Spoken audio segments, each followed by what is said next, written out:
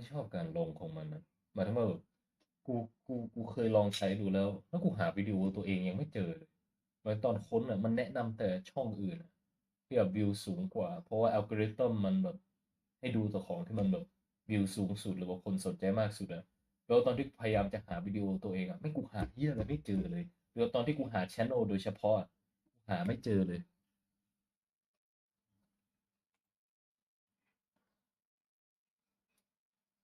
แล้วขนาดกูเขียนชื่อเข้าแบบเป๊ะทุกตัวเลยอะแล้วหาไม่เจอเลยโอเค Hello. Hello, everybody. Okay, thank you, Tilak.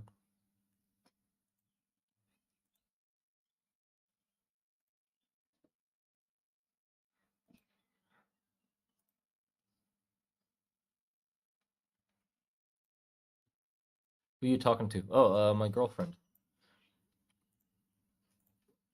We're just talking about TikTok because, well, when I was starting the stream, I realized there was an option to also stream on TikTok. And then we just looked at each other and we're like, huh, it's kind of interesting. I guess you could also stream on TikTok. I didn't know that before. I tried TikTok once, like posting videos on there and stuff, but I just hated the algorithm. Like, oh, มันมีคนหวัดดีที่รักด้วย She says hello.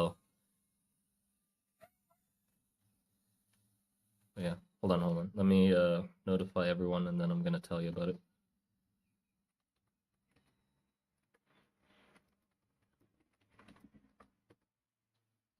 Okay. But yeah, I tried posting things on TikTok once, and it's just it just wasn't enjoyable. The algorithm is absolute garbage. I mean, it is perfect at what it does. It is designed to give you exactly what you want to be seeing, more of it, so you stick around longer. But the issue with that is because the algorithm's so heavy-handed in trying to accomplish that, I couldn't find my own fucking videos. When I posted them, like each time I posted them for the first like two or three videos, I was like confused if they even uploaded properly because when I went to like a non like a separate channel or like I went out of the profile to try and search for it or in my own profile to search for the damn video I just fucking uploaded, I couldn't find the thing for the life of me because it just recommended the most the most relevant things in said category. Like it'll give me other art videos, but I can copy the name down perfectly of the video that I just posted and search it up on TikTok and I can't find it because it's just not the thing that the algorithm thinks I'll be interested the most, even though it is the fucking thing I'm looking for. It was kind of stupid. And so I was just like, this feels wrong, you know? So I just didn't continue with it. Maybe I should try and get back to it because it seems like it's quite a lucrative. I don't know if lucrative is the right word, but it seems like something I might want to dip my toes into. But who knows? It's 1 a.m. in the morning. Yeah, I streamed last night, and it's right now it's just past lunch, like it's 2 p.m. and I decided to stream again. Just I was gonna draw anyway, so I was like, well, it wouldn't, it wouldn't hurt to just stream for the sake of streaming, you know. So that's what we're gonna do. Love your work. Thank you. I just fell asleep. Well, you're typing, so clearly you did not just fall asleep. You go back to sleep. I'm not forcing anybody to stay awake for the streams, but I appreciate it. Have you ever played Clash Royale? No, no, I don't know what that is. Make rat soup real? I feel like in the world it would definitely be real. There are rats and there's people starving. So rat soup is sort of seems like quite an obvious solution to that problem. Sleep in here. What's going on? Well, so we left off last stream basically having babbled about all of this that you're seeing on screen and talking about the different images that I want to have to show off the world. Like goal is I want to make a video that lays out the groundwork of the world, right? Overview. Um, and to do that, I need visuals to show you the aspects of the world that I find the most important. So last stream we focused on trying to figure out what those images would be to show the aspects of that of the world, and or I came up with them beforehand, but I sort of explained why each of them uh were necessary, and then I got some suggestions of like doing a marketplace in the slums outside of the bunker cities and stuff like that. Um, so what I'm gonna do in this stream is I am just gonna try and start drawing some of them. I think that's best if I just start drawing some of them and get some out of the way so I have more space in my head to think about the rest. Because I'm basically thinking about all of them at once and it's giving me a headache. So if I just cut some out and finish them, then I don't have to think about them anymore and I can, you know, focus on other things.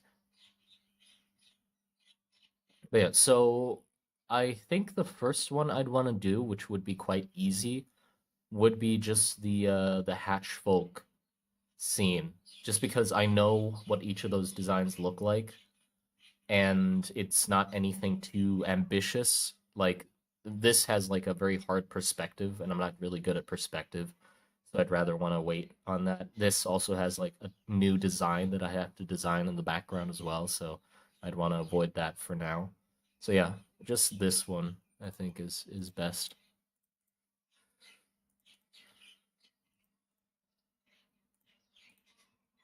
So let's just copy this one over, post it on another layer. Whoops.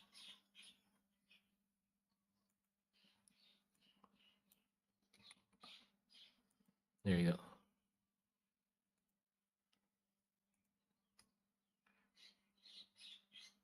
Will the Sigma Hatchfolk make an appearance in the Hatchfolk image? No, I don't think so. I don't think that'll be something, or I don't think that's going to be a part of the image. Yeah. So it's nothing special. It's pretty much just a simple image of some scavengers scavenging stuff off of a body. But if you do have any suggestions of what might be like interesting to add into the, I can't draw. What might be interesting to add onto the image, like add another layer of story, maybe not like big elements like, oh, put a fucking elephant in the background or something, but more like, you know, little bits that might add something. So there's the dude here in front who's dead.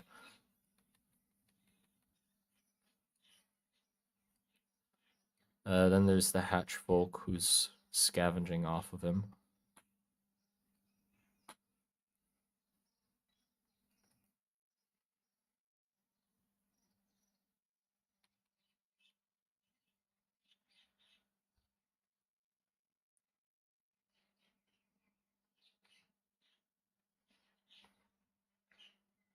Creature out of the soil, gnawing on the dude. Oh yeah, that's actually a good point. Thank you. No, because there's these like tooth fairies or like worm creatures that are in the walls that like take bites out of things if they stay in the trenches for too long. So that's actually a good thing that I might be able to add to the image. So yeah, hold on. That's definitely not how to spell tooth, I don't think, but I'll remember that. Simon, do you own birds or are they outside? Yeah, they're just outside. I don't own birds.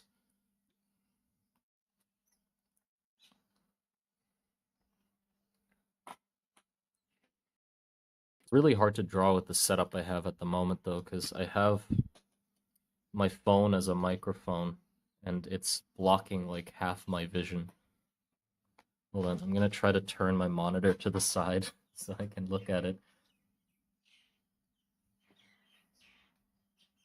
That's how you spell tooth, my brother? Okay, fair enough.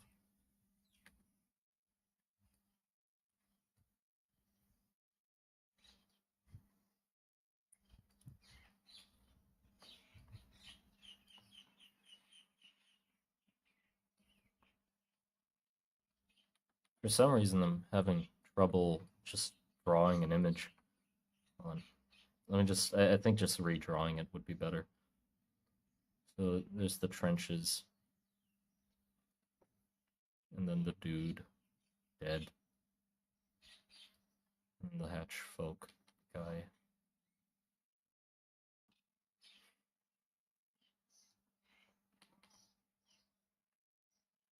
And then in the background, we see the additional hatch opening where the hatch folk came out of, and another guy coming out of it.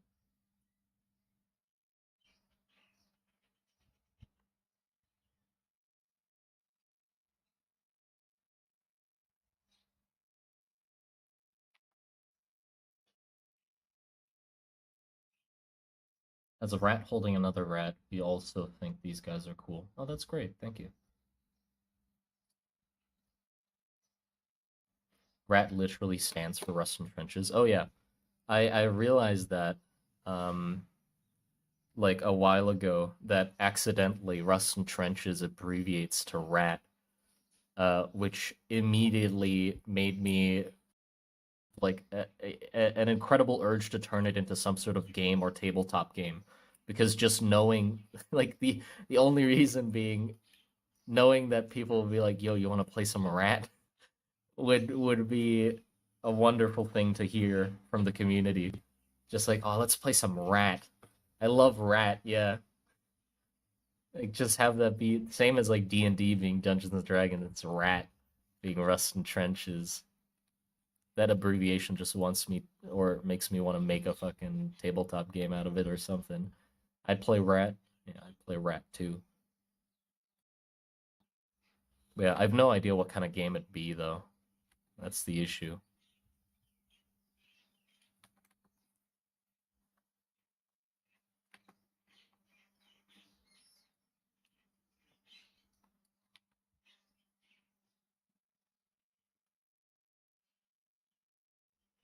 Rust and T. No, no, don't ruin it. Don't ruin it. But not as funny as rat. Exactly. Yeah, we don't want to ruin it. D&D. Ah, yes, dad. I mean, yeah, I don't know why they didn't go with dad. I feel like it'd be even more popular if they abbreviated Dungeons and Dragons into dad.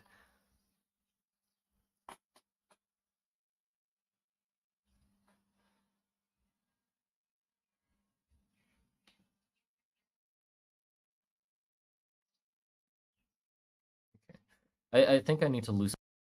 I'm just gonna like scribble uh things into place because I'm a little stiff with drawing because this is me just starting to draw today. I haven't drawn anything yet.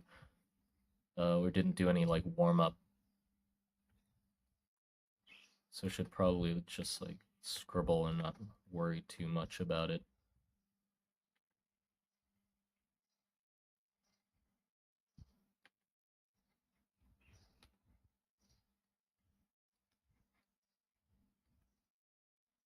Pouches.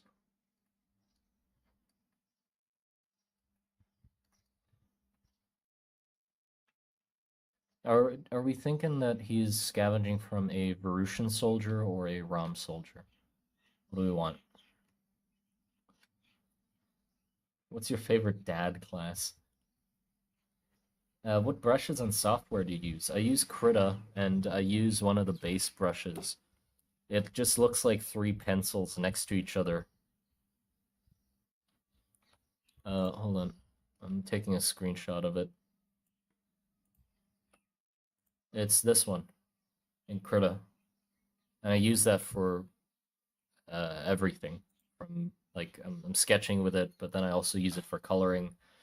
It's late this side, but love the streams, man. Hope you do more of them often. Yeah, I'm gonna try to do more of them often. I feel like they're quite beneficial to the world and the channel as a whole. It's just really hard. Like sometimes I just really don't feel like doing them. I mean, oftentimes, most of the time, I don't feel like doing them. But recently, I've sort of suddenly gotten the urge to stream, so I'm capitalizing on it. Do the hatch folk have tails, charms, decorations? Yeah, yeah. I wanted them so the hatch folk have this like very tattered cloth that they like to wear, where they basically add and sew pieces to it for it to be like this sort of trailing tail of tattered cloth that's like matted together to look like a tail, like this. And they definitely do add trinkets and stuff like that to themselves. Like they do decorate themselves with trinkets. What are you drawing? I'm gonna be drawing I'm drawing a scene of some scavengers scavenging bits off of a body. Version? Okay, sure. Let's go version.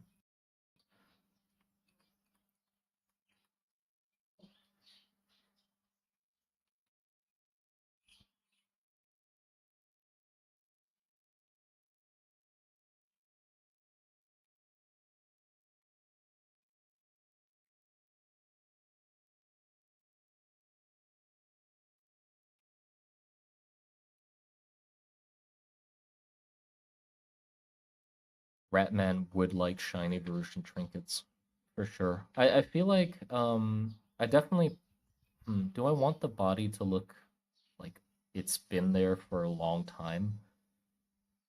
I don't think anything lasts in the trenches for that long, honestly.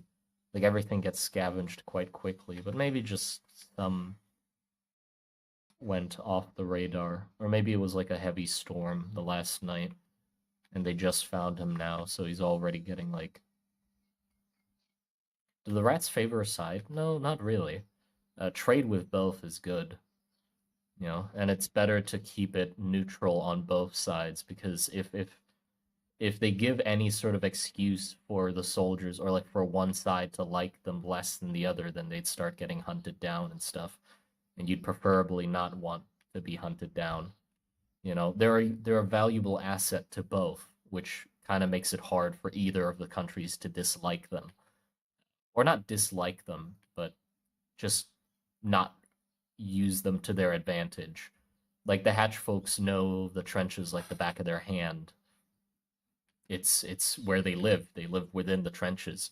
Um, so they can give you a lot of information that would, be able to help you in the war. But you can also not really trust them because they're probably selling that same information to the other side as well. But if they weren't a reliable source, then obviously they wouldn't be uh, trusted. So they still have to give good information. Are there shape-shifting mages? No, not no. Do the rat people have their own language? I didn't think that they would have their own language, but I do think that the way they talk would be like a simplified English. Like compared to the just normal English speaking other countries. It's not that I don't quite know how it would sound exactly yet. Um, their anatomy would obviously change their like vocal tone to a certain degree, but also just the way that they form sentences, I was imagining would be a lot shorter. Like they cut down a lot of words or abbreviate them a lot more. Like how we have isn't or y'all or I'll. Like they have a lot more of those because with them, efficiency of speaking quickly and getting information across quickly is very important. Yeah. But cutting words out doesn't mean I don't want it to sound like caveman speak. But it is kind of like that. Like it's just cutting a lot of the unnecessary words out.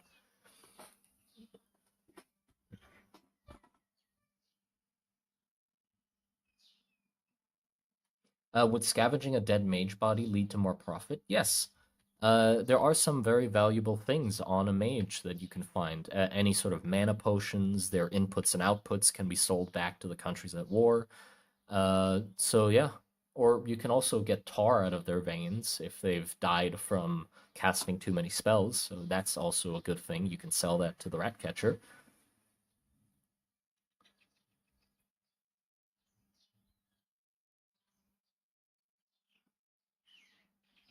And heavily relies on context. I don't know.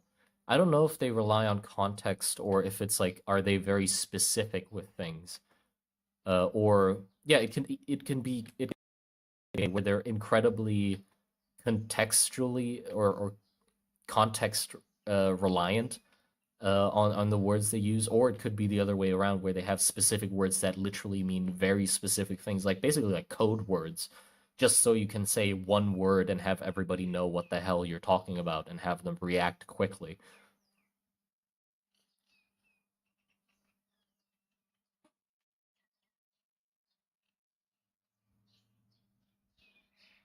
Do you have any idea of how Varus officers or priests would look like compared to their foot soldiers? I mean, priests would look very different. But officers, I mean, I was sort of imagining that they would just have fancier uh, things on them and like more exaggerated patterns on their armor and stuff. I haven't really drawn any officers yet. This scene kind of sucks. I think I need to put a border.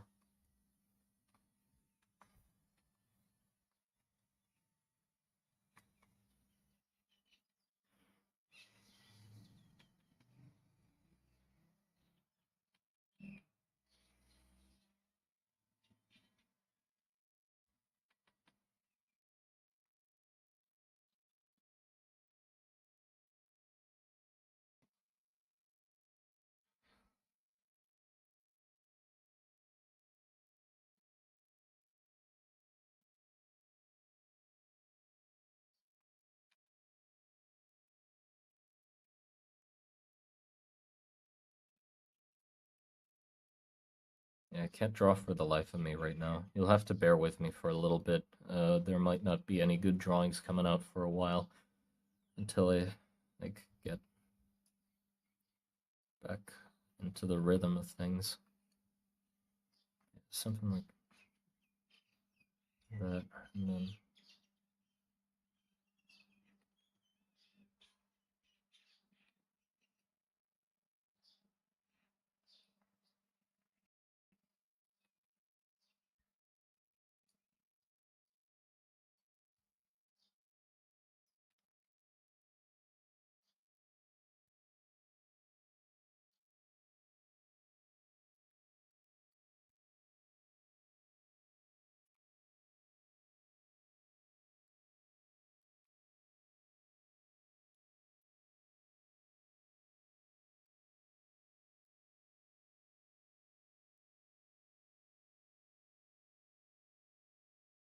you sound dry.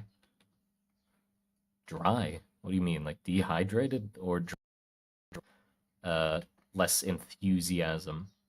Because if it's that, then yeah, it's just a calmer mood at the moment for me. It's quite nice outside and it's warm.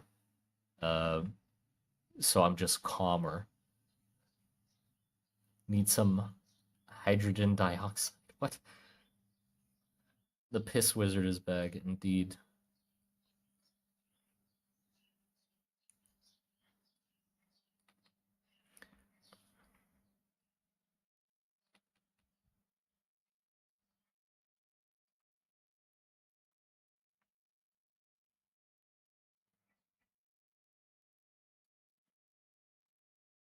How the fuck would they sit?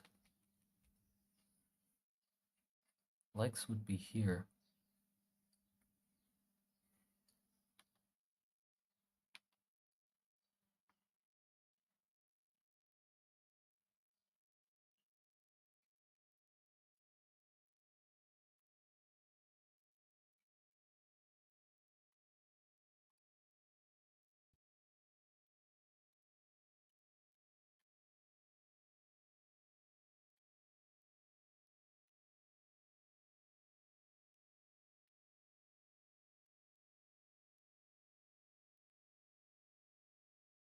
Is he?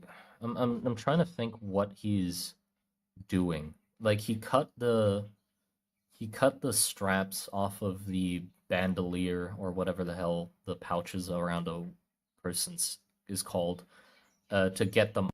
It'd be easier to cut them rather than uh you know rather than trying to take them off the body fully. So he'd be holding like a cutting knife, and I imagine their knives would look like this. Um, like one of those things that they use to cut seams, where the bottom here is flat and then it has the cutting edge here.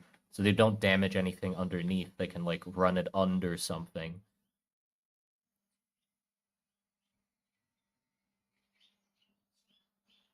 It's warm there? Yeah, at the moment it's warm. It's close to lunchtime, so obviously it's a little warmer.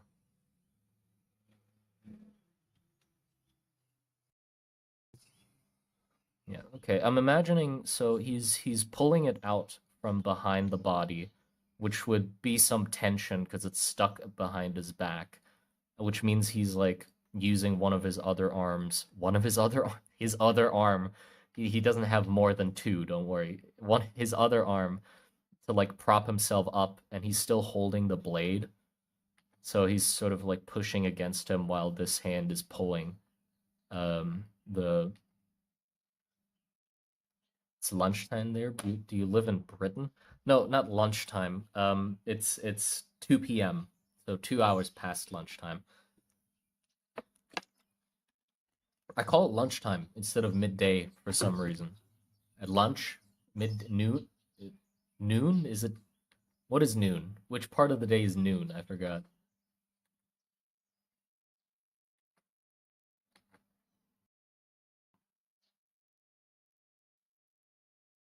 Since shears self-sharpen. I mean, shears. I'd imagine the blade would be a lot faster than shears because you just hook it underneath something and cut it instead of having to like maneuver shear. Like you can do it one-handed instead of shears that you'd need like another hand to pull up the fabric. Maybe I don't know. I like the blade idea more just because it's one piece as well. Shears, I feel like would be it'd be harder for them to get a hold of. You know.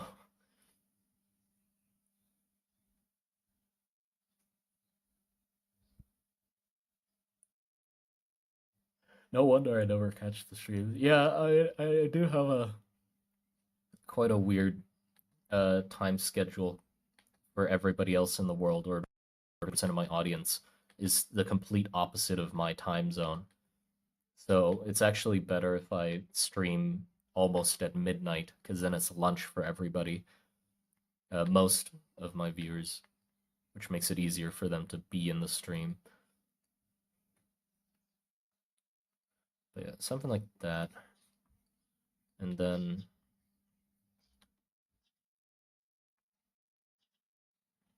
have the hatch in the background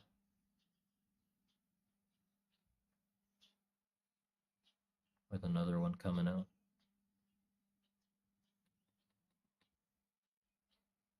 What's the one in the background doing? I'm sort of imagining.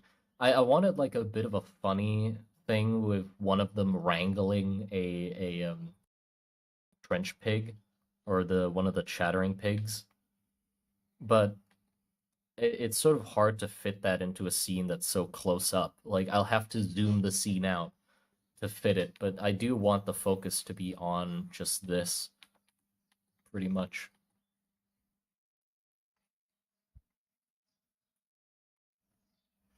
And then the worms are here, like picking them apart.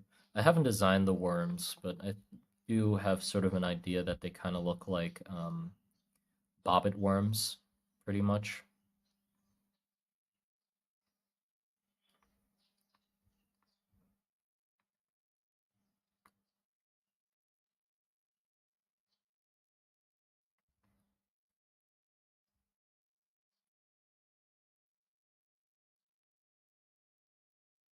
I remember you in one of your streams, you said, I definitely want dragons. I mean, they'll be named differently, thing, but I want dragons. How do you think you'll go about designing those?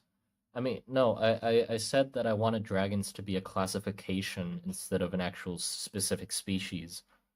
So instead of it just being like a reptilian creature and that thing is called a dragon, dragon in my world would be more of a level of danger in a creature. So a bunch of different creatures that have nothing to do with each other can all be categorized as a dragon, you know? A beast over 5 tons. Yeah, something like that.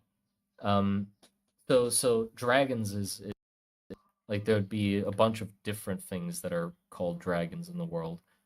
So it's hard to say how I'd go about designing them because all of them would look different. Would a beefed up pillarman be a dragon? Yeah, I feel like one of the specifications would have to be that it has to be a creature outside of human made things. Because otherwise, a lot of human constructs and creations would be classified as dragons. It's definitely something that's at the same level as like a war dancer would definitely be considered a dragon if it wasn't a person. Like something like a war dancer would definitely be a dragon.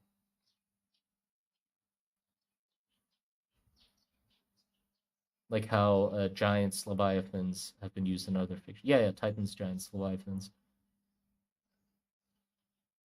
Can I ask, can mana deform someone so much they become dragon?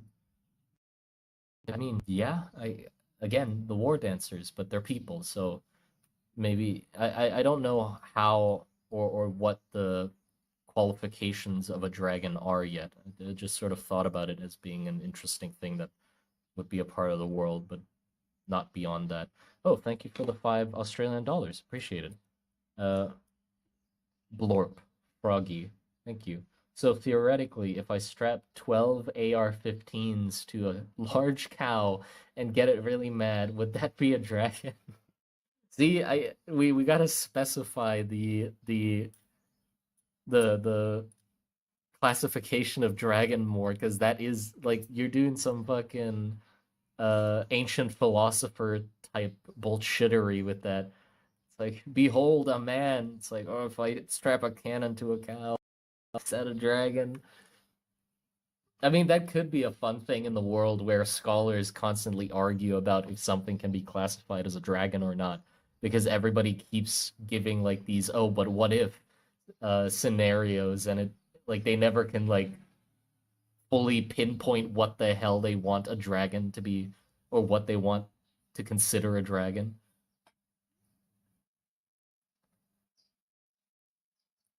Maybe dragons could be categorized based on their effect on the world.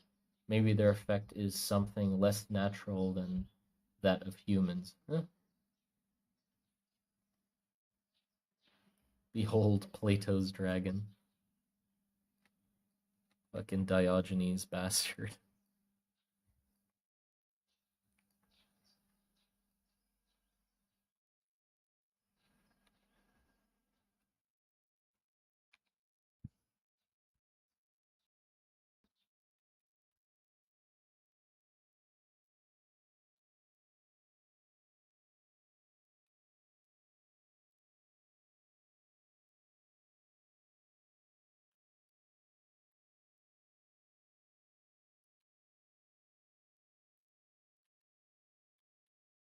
I'm losing it. The scene looks like shit. Everything looks like shit at the moment that I'm drawing. There's a dude dead. I mean, the perspective of this is correct enough, right? Like, this doesn't look wrong. No, it does. It does look wrong.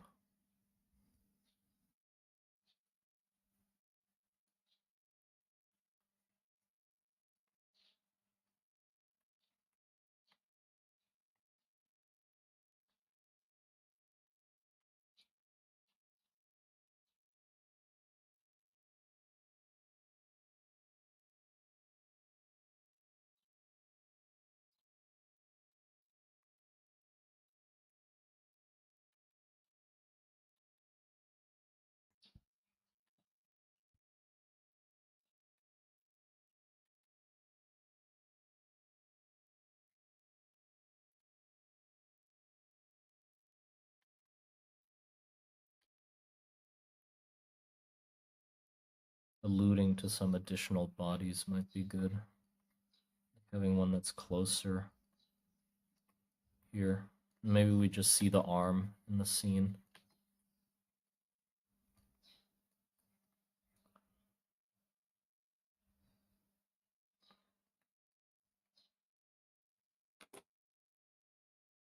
Cool idea, Zergum. Wait, is there sky fauna on the pillars when they climb them? Same with the digging of Ram. Is there subterranean fauna, or is it just blind newts and slime? I haven't really thought about that. I don't know how much like diversity there is on the pillars or underground. I do want there to be a lot underground, but on the pillars as well. I feel like it definitely like sort of some kind of its own ecosystem to grow on them. How dangerous is dragon? I don't know.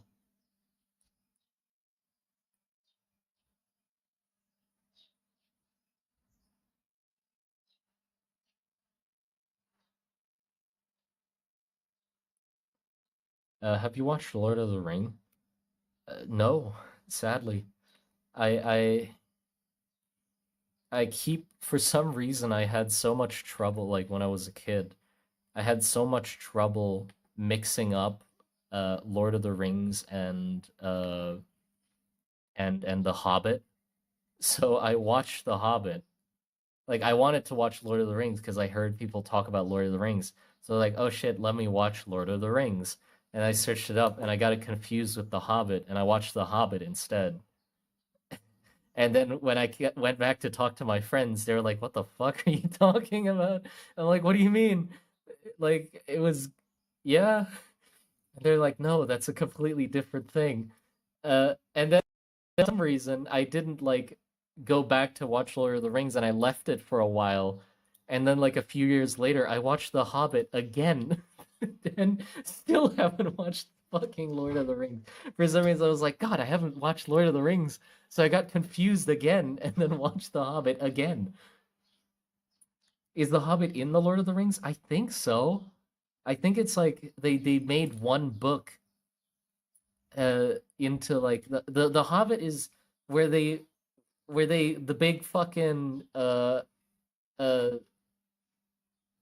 what's his name, Cumberpatch, fucking uh Sicilian Bumberbatch or whatever, who's the big dragon, Smaug. That's the Hobbit, right? And then the dwarves go crazy and they're like, uh, we're rich, you know. All the dwarves go crazy and they go, we're rich.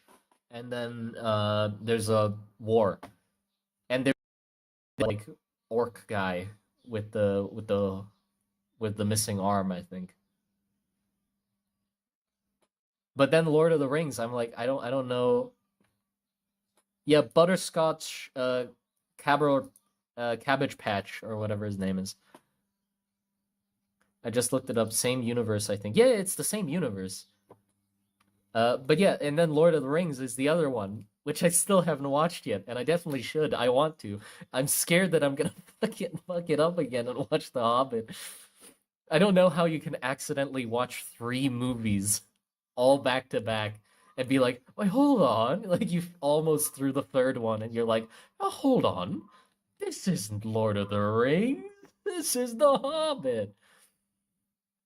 That's how slow I am. Definitely as a kid, that's how slow I was.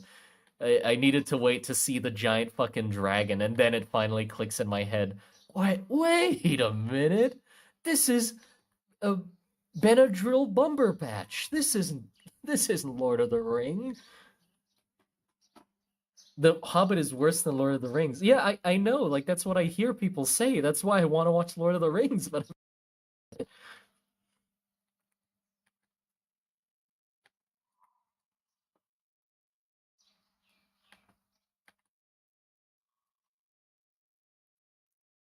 the lack of ring should have probably given it away. What do you mean? I thought the ring was a metaphor for the the I don't know, the bond between dwarves. Who the fuck cares? I don't know.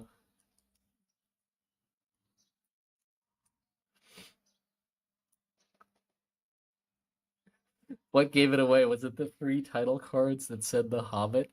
No, because I thought it was like, for some reason, I thought like, because Lord of the Ring has a fucking Hobbit in it, or like has multiple Hobbits in it, I was like, oh, it's like that's a separate title But it so like Lord of the Rings and The Hobbit was an interchangeable name, you know?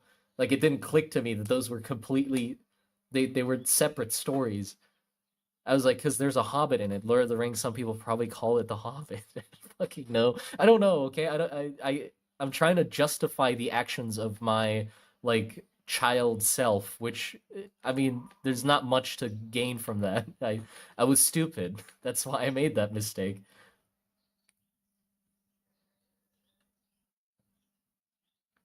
You can't watch Lord of the Rings. Yeah, I think I'm cursed where it's like every time I try to sit down and click Lord of the Rings, it just gets me it just sends me Hobbit instead, and I realized like halfway through the third movie. It's like, oh fuck, not again. Every time. That makes a lot more sense. Yeah, I was very stupid as a child. I mean, nothing much has changed since then. I'm still very stupid. It's just that at least I can. It's also like I was like at that point I still wasn't good at English either when I was trying to watch them. So like it didn't, or I was also not really good at finding movies myself either. So all of that combined just made me watch The Hobbit. Howdy, howdy, hello.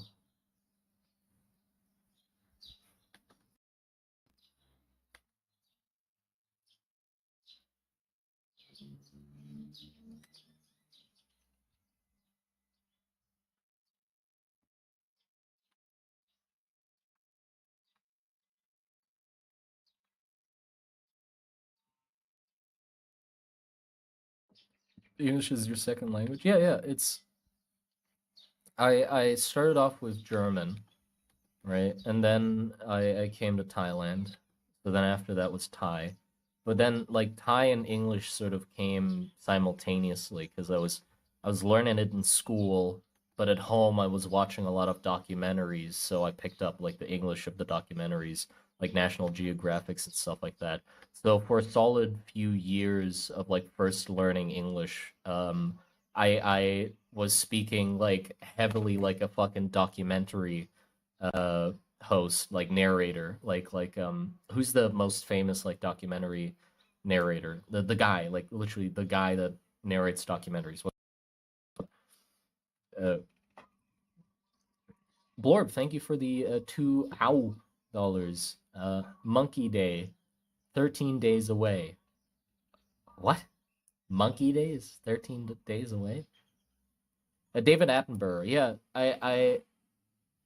so I basically spoke like David Attenborough for like a solid few years when first trying to learn English, because that's the only source that I got it from. Obviously, I didn't sound like him because I don't have, I was a fucking kid. My balls didn't drop yet, so I sounded like a high pitched like, but the accent was definitely there. Like I was emphasizing words, like I was trying to narrate a fucking documentary on my life. It was stupid. Um,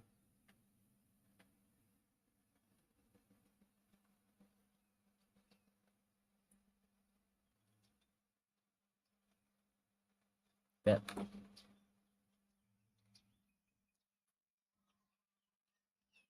talking like British upper class, it was horrible. How old were you spoke English? I think I was like 11 or 12 maybe.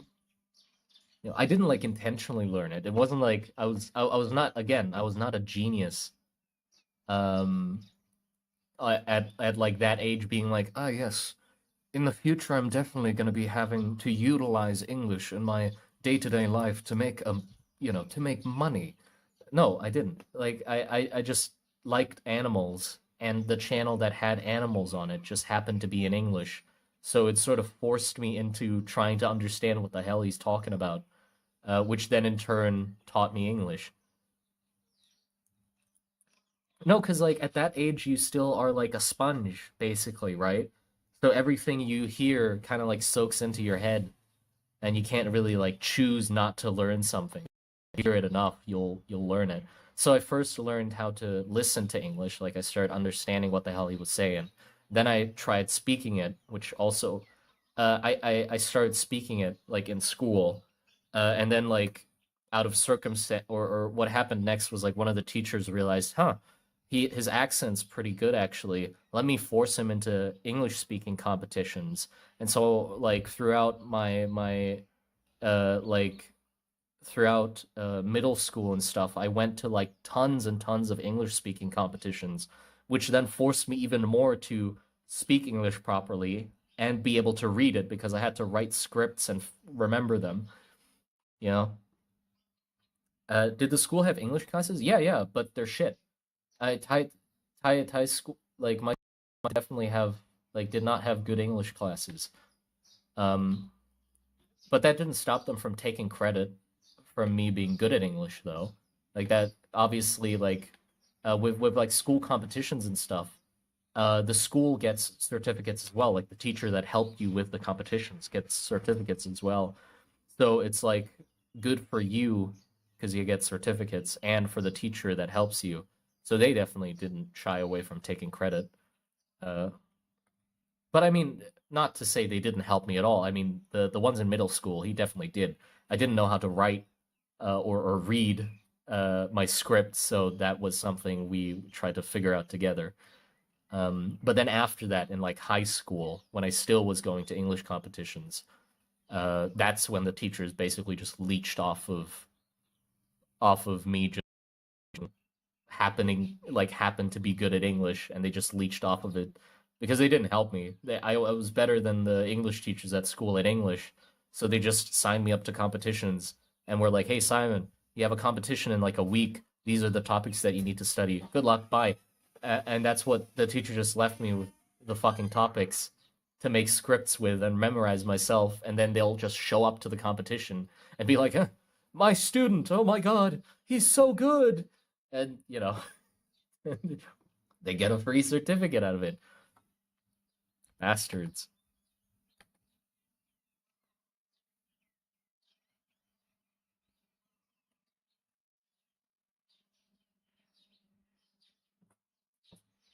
Yeah, but basically because I learned it from like documentaries and then after that YouTube videos and stuff like that. That's why I don't have like an accent because I didn't learn it from Germany or in Thailand. If I learned it from school in Germany or Thailand, I'd probably pick up the accents that they have, like that the teachers have, but I didn't. So no, no, I was absolute garbage in school. What do you mean good grades? That doesn't exist. I never got good grades. I was coasting along by the skin of my teeth from middle school up until the end of high school. Like I was shit at school. Luckily enough, because of all the competitions and the of me like winning competitions, they sort of let me go by because I was like good. I was making a good name for the school in like English competitions. So they sort of let me coast by in some because it's like, ah, well, he's winning us these competitions. Let him just, you know, he's fine. So if I didn't have the English thing, I would have probably not gotten any further. I'd probably get like to redo a bunch of years.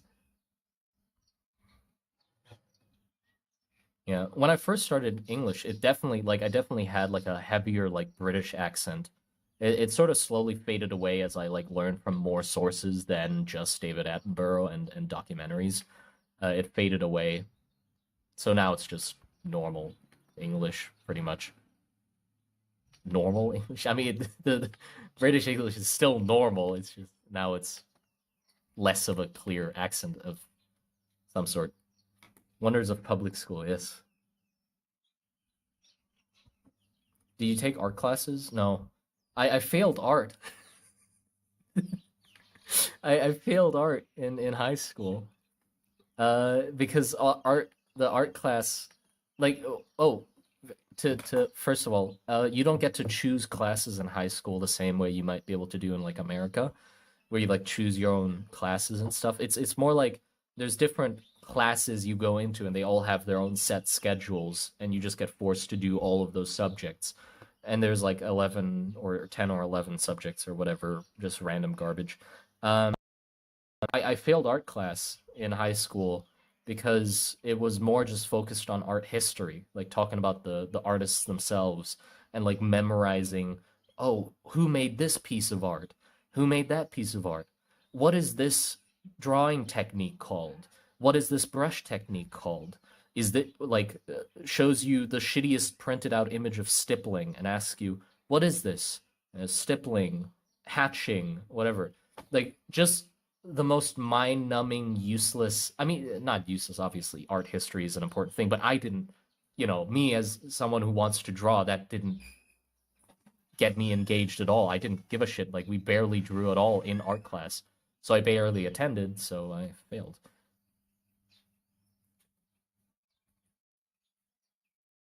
More theory instead of actual art. Then, yeah, it was just. I mean, in the later years of high school, what I basically did was I was just in the library drawing and avoiding 90% of my classes. Uh, and then I'd fail all of them.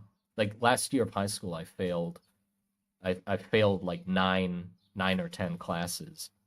Uh, and then I just went back and did like a bunch of presentations or like PowerPoints, and then just sent those to each of the so basically in my school, when you failed a class, they would get you to do and like you'd have to go to the teacher after the school year is over and ask them to assign you some work so they can give you the minimum grade.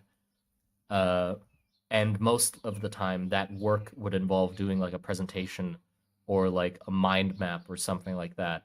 It was very small amount of work just to get the minimum grade. So I figured out I would just fail all the classes and like I can avoid all the classes, fail all the classes, spend my time doing whatever, and then just appear at the end of the year and do the bare minimum amount of work from each of the classes to pass them and then just move on to the next year, which was a lot easier than actually paying attention in class. When did you start drawing then? It was second year of high school. Second year of high school, I started drawing. So then after that, like I was terrible at everything else, and I out of a out of pure coincidence, I got introduced to drawing because my tablet broke. I was playing some games, but my tablet finally gave away and disintegrated into dust. So I had to look for something else to appease my pea-brained attention span. Looked around the classroom and saw that one of my classmates was behind the teacher's desk doing something. I walked up to him and he was drawing. Right, he was drawing. I clearly remember this because I know exactly that was the moment that it happened. Fucking, he was drawing a Pyramid Head from Silent Hill behind the teacher's desk, and I was like, "Hey, can I draw with you?" And he was like, "Yeah, sure." And so we both drew Pyramid Head from the same reference. He had it pulled up on his phone.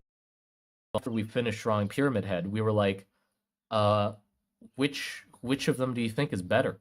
Just silly thinking about it, like which one do you think is better? So we were like, yeah, let's ask our friends. So we went around the room to like five of our friends and had them ask them like which one they liked more. And I got three votes and he got two. So two people liked his more and three liked mine more. I got one more person that liked mine. And literally that was it just clicked in my head. I was like, this is what I'm gonna dedicate the rest of my life on. Just fuck it. I don't care about school. I don't give a shit about anything else anymore. I'm gonna draw. And so I instantly like all of my student notebooks and shit were just filled with drawings after that point, and I would copy drawings and characters that I like from games and guns and shit like that. Just like went fully into artist mode just from like one extra vote that I got from a random classmate that liked my Pyramid Head drawing more. I don't know why I got that suddenly dedicated to something out of nowhere, but that's how it happened.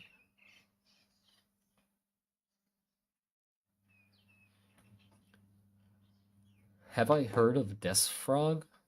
He does a really good job of incorporating the culture, mythology, and folklore into his art. No, I haven't heard of him. No. I don't know how you draw and conversate. I mean, if you're seeing what I'm doing with my pen, I'm clearly not I can either talk or draw, but I can't do both at the same time. The drawing that I'm doing, I'm basically just scratching the same place over and over again. It's not like I'm getting anything out of it.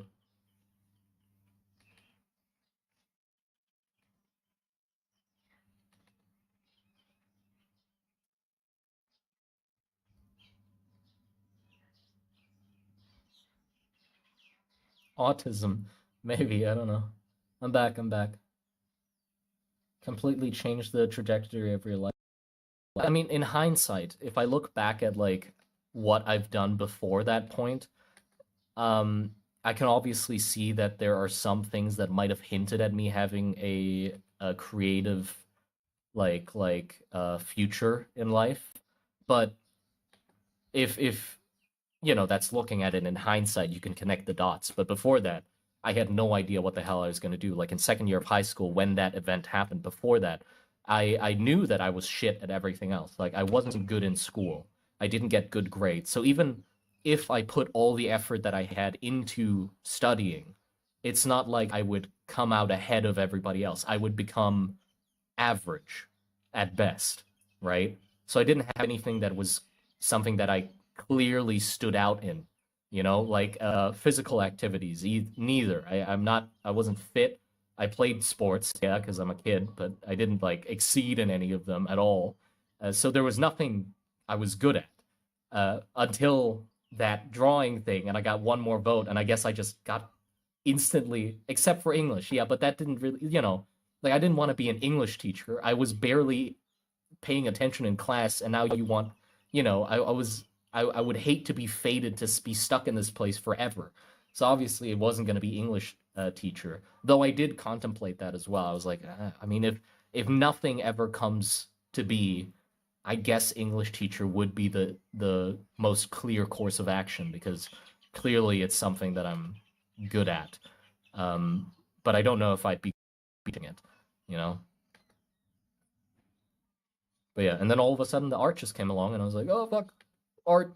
That's what I'm gonna do for the rest of my life. Let's go. But yeah, but now that I look back at it, like before that moment, I was really into Legos.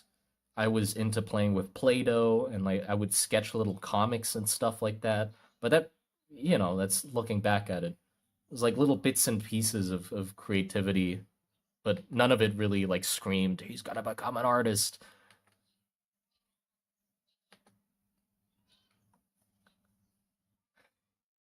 Yeah, I hate being in this class. Now you want me to be the class? Yeah.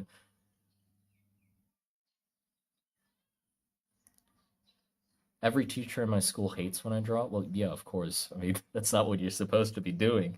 It's not like my teachers fucking encouraged me to draw. They also discouraged me to draw, but that wouldn't stop me. Um, like I was such a trouble in school, like in high school, that I was infamous amongst the teachers. Like they always knew that I would be a fucking issue to deal with in the class because I wouldn't pay attention and shit and just be doodling.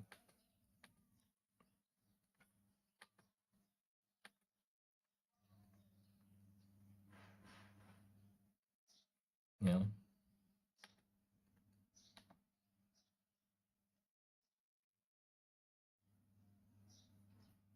When do you think we can hear it? It's gonna be next month. Next month it's gonna be released around the 20th or something. He wanted that release date. I'm not gonna argue against that if he wants to release it. So I sadly I'm very eager to use it in videos and stuff as background music, but I'll have to wait to use it when it gets released on Bandcamp. And then you can also like download it from there and donate money to the guy who actually made the music as well. I mean, it's the same guy who in every for like the past half year, the music in the background you hear in those, I love it. That is the same guy. I asked him to make some more music for me because the music I'm currently using in videos is his music that he just allowed me to use. He just contacted me one day and he's like, "Hey, love your videos. By the way, I make music. Here's like a bunch of albums. Just use the music. Up to you. Bye." And so I've been using that music because I feel like it fits so well into the world. And so I finally got him to make some more, and now we have like a bunch more, but I have to wait for him to release it. and I'm itching to use it, but I can't. And when it does release, I'm definitely going to be doing a stream or like multiple streams where we just have that music as well, so we can just enjoy listening to it uh, while also like drawing.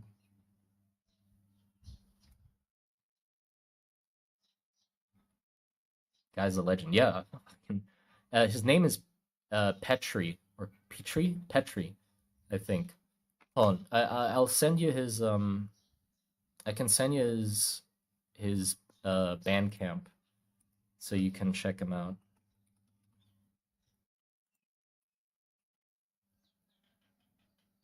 Think Rust and Trenches will ever become a tabletop game? I wish.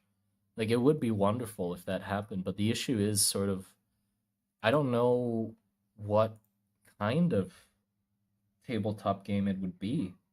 You know, like what's the main focus? What is the goal of the game?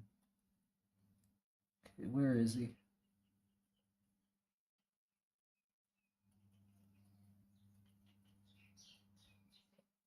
Oh, there he is.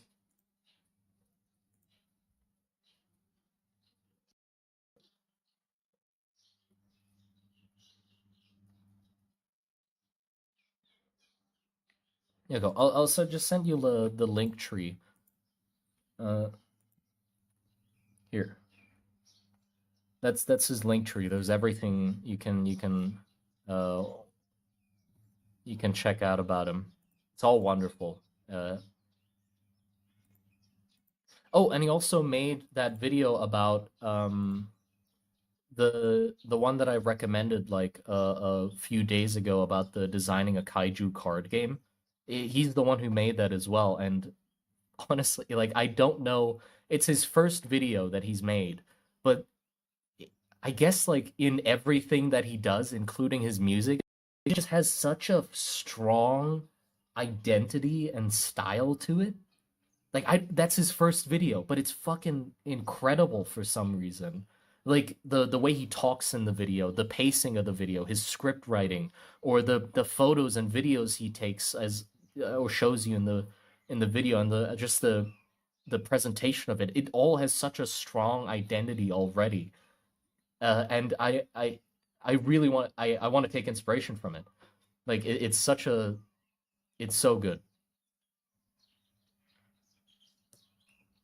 Can you draw a map for Rust and Trenches? I mean, I can, but I've been avoiding drawing one because the world is still like kind of shifting and like settling into place. So it's not like there's more locations getting added, and I don't really want to like s specify how far away things are from each other because it doesn't really do anything. If I were to draw more of a medieval style, you know those maps that are like barely accurate. It tells you the locations, but the distances are all wrong and they're drawn like more abstract with distances and you know more interpretive than actually accurate.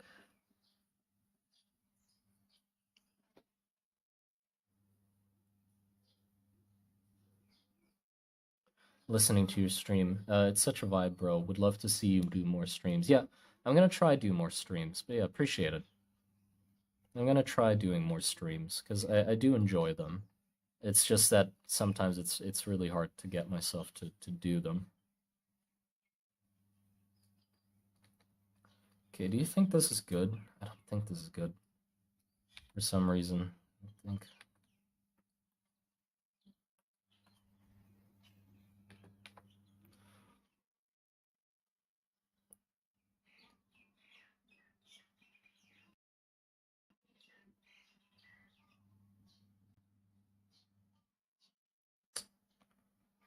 I feel like the perspective is off, kind of. Like it just feels. I don't know if the image is trying to be intimate in the sense of like this is the subject matter that we're looking at, or if it's like looking over here. Yeah, it's just kind of not. I don't know.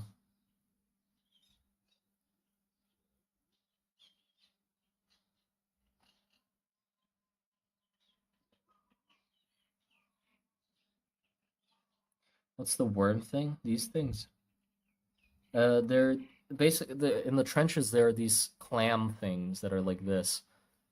They're like this, and they have a long tongue that has a mouth at the end, and they have these like fins like this coming out of it.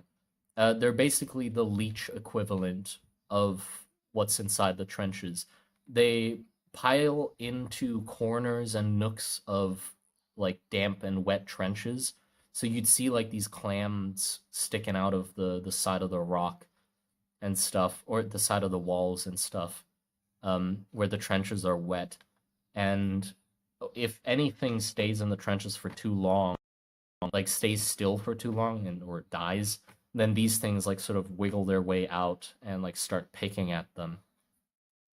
Uh, but they become the most dangerous when it's raining and the trenches flood, because then these things start migrating, like they start moving around. So they will wiggle themselves out of walls and then start swimming and being a lot more aggressive. So they sort of act like uh, leeches when they're just when it's just normal, but then they turn into piranhas where they like hunt down things in the flowing water in the trenches when it's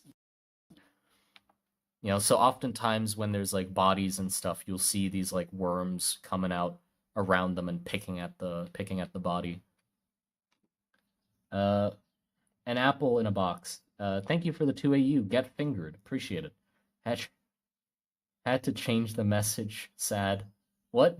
They don't allow you to say fingered? That's a shame. But yeah, thank you for fingering me. I appreciate it. If anybody doesn't know the context of that, because we jokingly thought about the kind of sayings that would be said by Rom. Rom is the country that has a currency that is like metal fingers. So they would have sayings based around that currency, and getting fingered would basically mean getting paid. But I don't know. Like I'm on the fence if I can seriously add it to the world and have it be official. If that is a way that they say they get paid, is getting fingered. 'Cause, I mean, obviously, in the real world, but but it does make sense that they would have that saying. Oh, and getting fisted would mean getting like fucked over in a job. Like if you got hired to do something and then they didn't pay you, you got fisted because there's no fingers showing.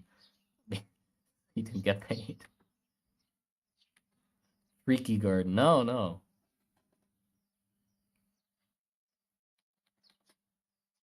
Yeah, is this angle good? I'm thinking like maybe I want the camera to be more over here, like this, so I can see this guy from the front. But I'm thinking like if he's shown from the front, it's gonna be very hard to see his like crouching pose, and it's gonna look all weird. So I think from the side is right, but how much do I want to show of the canvas? Hold on, I gotta move this guy.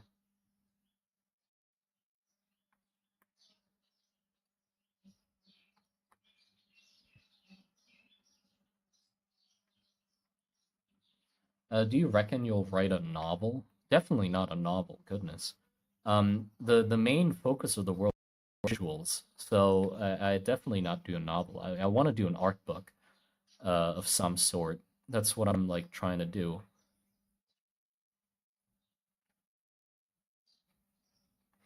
but I haven't succeeded in it yet. Still working on it. How? Okay, if the camera's here and the ground is like kind of flat.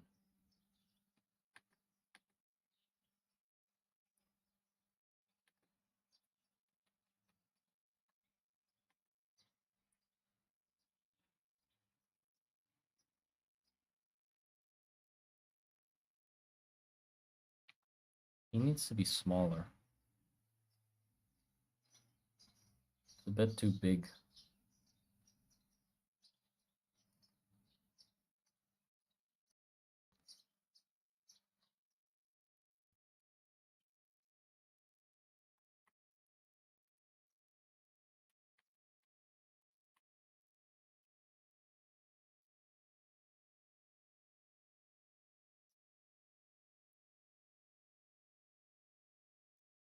Were you voice over by a woman in earlier videos? What?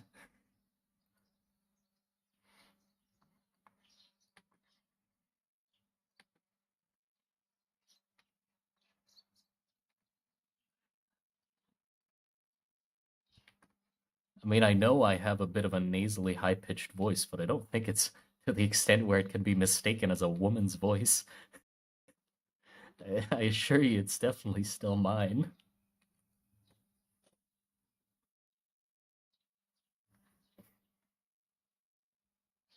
If you ever need mole cash, tabletop game, posters, and merch, I'm buying. Yeah, I'm definitely looking to do posters, by the way.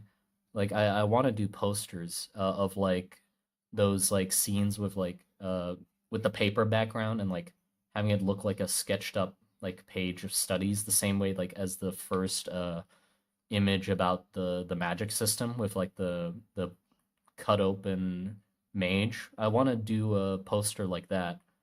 Um, it's hard though because I do want it to be a really good image, obviously. Don't want you to just get like a mediocre fucking poster if possible.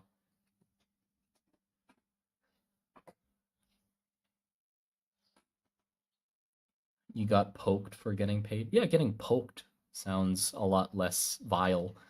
Uh, I wonder if the whole finger term would have a knock-on effect about the F word that rhymes with duck's equivalent. Did I just what? What? I wonder if the whole fingering term would have a knock-on effect about the F word that rhymes with duck's equivalent? Huh? I'm sorry, I can't perceive that message for some reason. I think you encoded it in some like eldritch. I don't know. I read it twice. Don't worry if you're drunk, because I didn't understand. I think it makes sense, but I'm just a little dim at the moment. He drunk. Oh, fair enough. Okay, okay.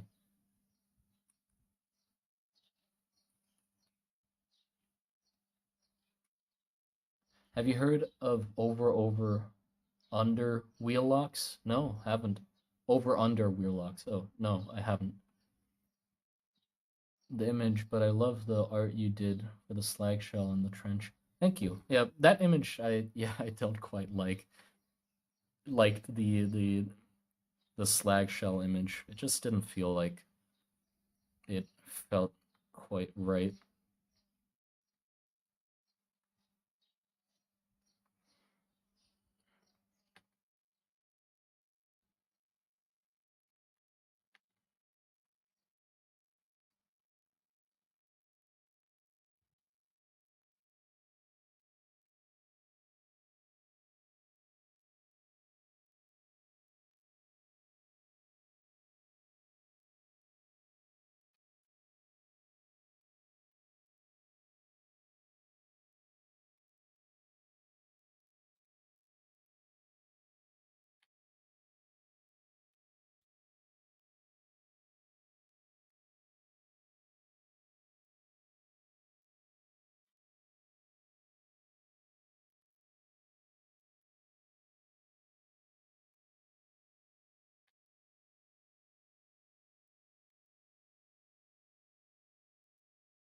This is a complete mess.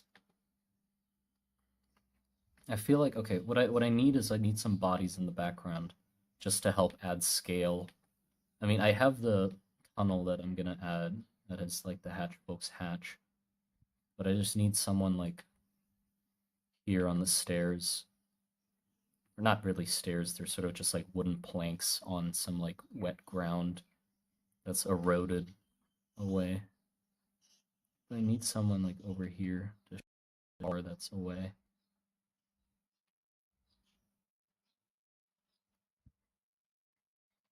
Probably like that big.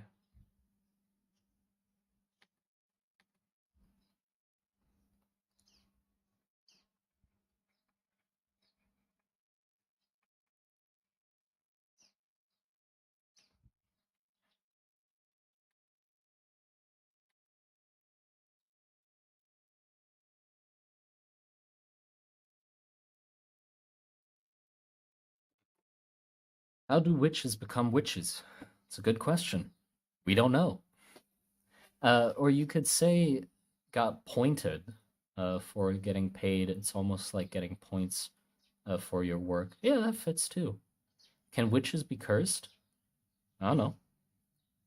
Yo, nice to catch you stream again. Nice. Yeah. Welcome, welcome. I meant to ask earlier, but missed a chance. Can specific animals out of a species be classified as dragons? Like one specific giant boar is a dragon, like other that the others aren't. I don't know yet. I don't know if that's how the classification would work. That would make it a lot more personal, I would guess. Like instead of it being a species classified as a dragon, it's an individual within the species being a dragon. It does make it seem quite a lot more cool, though then it would be hard to, you know, oh no, that would be cool, yeah.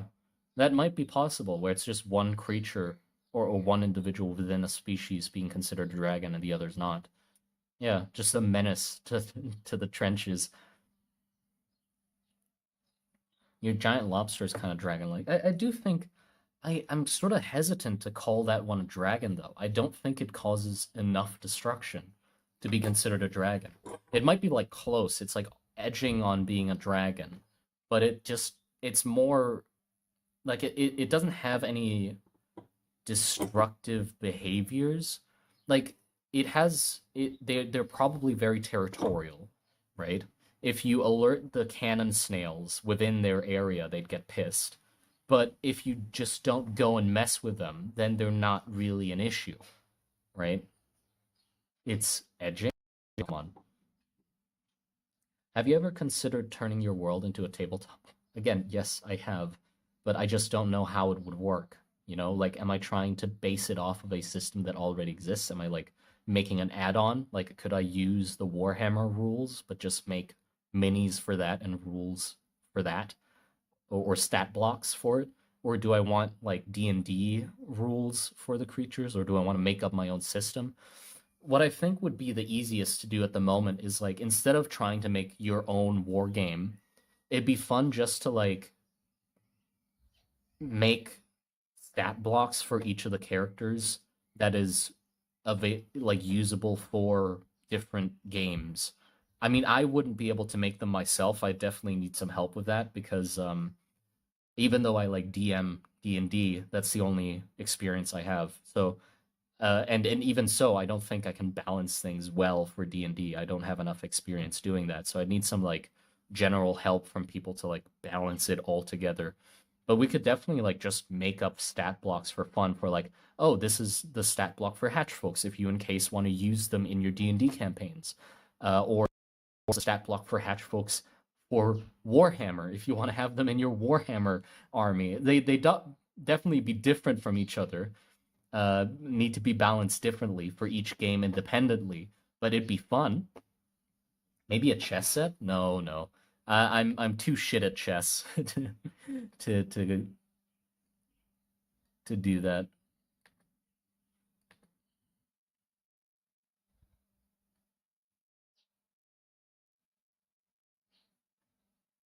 But yeah, thank you for the $2, by the way, CB21. Appreciate it. I made some rules for Fallout based game. I could start brainstorming some ideas. The best games are created in a room of drunks. Let's drink. No, no, no. Where the fuck did you hear that? I don't think that's an actual saying. I think you heard that from a drunk giving you an excuse to drink. Oh, drinking helps with thinking of war games. Let's drink. Yeah, what was I gonna say? Right. It doesn't even have to be like an official game at that point. I can just be like, I mean, we can spend some time thinking about the stats of our hatch folk if it was to be in D&D and just write that up and then share it somewhere so everybody can just use it if in case they want some hatch folks in their game. And then I can make miniatures of them, like get somebody to make 3D miniatures of them so you can print them out if you want them. Although with the hatch folk as well, I'm quite hesitant because I don't know if their design is like solidified yet. I think their design with the mask is pretty good, but their faces I'm not quite sure of yet. So I'd avoid making miniatures that have their faces exposed. Like a website full of PDFs. I don't know if a website would be best. Uh, I'm not I can't make websites. I don't know how to do that. So I need some help with that as well. And then we can like put everything on there. I was thinking just have a Google Drive that I'll just smack everything on and I'll just put links everywhere. Not be as easy to find. I don't know.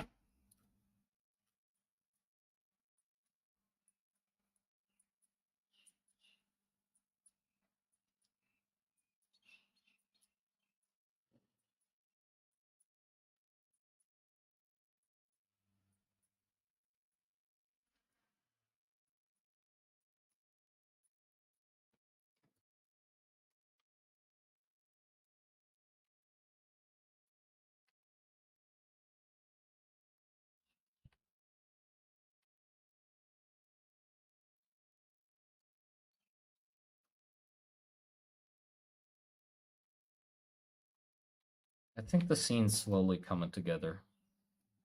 Oh, it's definitely crooked though. Okay, let me definitely a little crooked.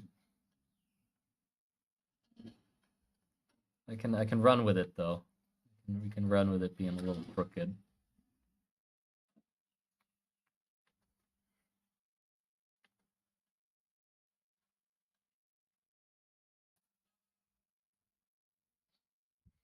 And I want the hatch folks hole to be like very small, and it's maybe like it was behind a crate or something, so they can just have like a crate here. I'll shift it over to like hide the hole, and then we can have. I want another hatch folk in the scene, but I don't know where to stuff him.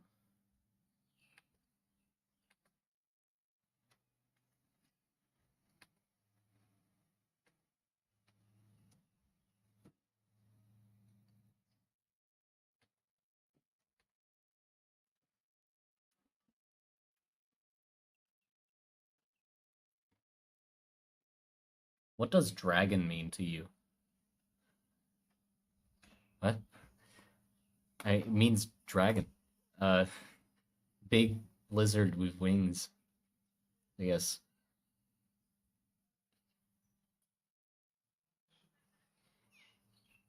But to me, I guess it's a lot. Yeah, it's more than just big lizard with wings. It doesn't have to have wings. I'm not really crazy about those like very specific uh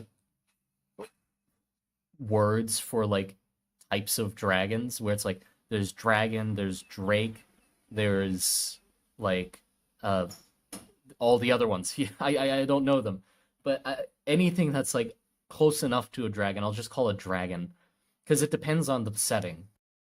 It depends on the setting. If somebody has a creature that has two legs and two wings and wants to call it wyvern, yeah. If somebody has a creature that has two legs and two wings and wants to call it a dragon, then that's a dragon in their setting. You know, that's what people in their setting call a dragon. And if they want to call it a drake, then it's a drake for their setting. That's it. You know, so it doesn't really matter, right? But to me, like I'll just call all of them dragons. They're just different types of dragons. God, talking about dragons, by the way, I can't wait for Sawyer Lee's dragonometry. What the fuck's the name of his book? Uh, his book that he's working on. Sawyer Lee, the guy who makes like really good dragons, and also really good videos about said dragons. Uh, Dragon Slayer Codex. Yeah, can't wait for that fucking thing. I I I I supported his Kickstarter, and that's gonna literally it's gonna be the first art book I have in my possession because I think I want to start collecting art books. Not a shelf full of art, no, just art books, not many, but it's gonna be the first art books I ever purchased, and I'm very excited. I'm still trying to get my hands on Vermin, both Vermin books. I need Vermin. but they're always out of stock, and I keep missing them. I fucking hate it. But yeah, so I'm really excited about that book. If you guys don't know about it yet, if you like dragons or anything related to like fantasy creatures, definitely check out his Kickstarter. Oh shit. Actually, if you want to check it out, you better fucking check it out right now because I just clicked on it. There's 30 hours left to go on the Kickstarter before it ends. So hold on, let me send it into the chat. 30 hours. So if it's now or never if you haven't. There you go. Yeah, it is so good. I'm so excited for it. Take them as inspiration for my book as well. Hopefully it'll help me get out of the block of not knowing what the hell I want my book to be when I if I get to see like other people's art books.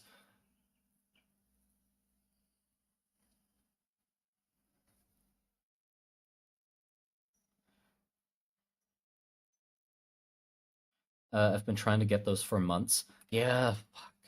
They always I don't know. Like I I got pissed because for some reason, Twitter decided to notify me when they went out of stock. I have him like I follow him, the guy who makes the Vermis books or Vermin. I Yeah, those books. I follow him, and he does like notifications when they become available, right? But I never got one, and I got one, and I was like, holy shit, they're here, and it's like, no, it's the notification that they're out of stock, and it's like, what the fuck, Twitter? Like, come on, this is your job was to tell me when the fuck they came into stock, like not the. It's like, well, what's the point of telling me that they're out? Like that's, god damn it, I was seething, like what? I missed my opportunity again.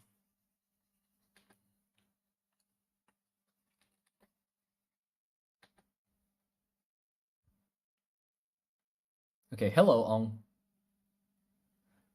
Same thing happened when I tried to buy things for The Flood by Simon Stollenhag. Every store was always sold out. Yeah, I mean, it tells you that it's a good fucking product, that's for sure, if it sells out every single time that it becomes available.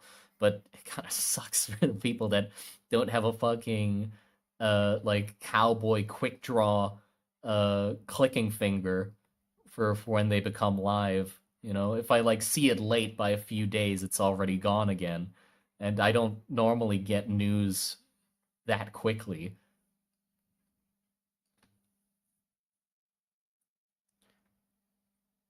Don't buy books, just read PDFs. I mean, yeah, you can say that, but I feel like there's a certain type of magic to the physical thing, you know? It's a different type of feeling that I think is worth the extra money to be able to hold it physically. But it depends. It depends on your taste. I get what PDFs. I mean, obviously they're a lot more affordable as well. If it's just the PDF and you get the same content, obviously. But I'd love to have them physically. Support smaller. Yeah, yeah. Also support artists as well. I mean, you can do both. You just get a PDF that also supports them. Uh,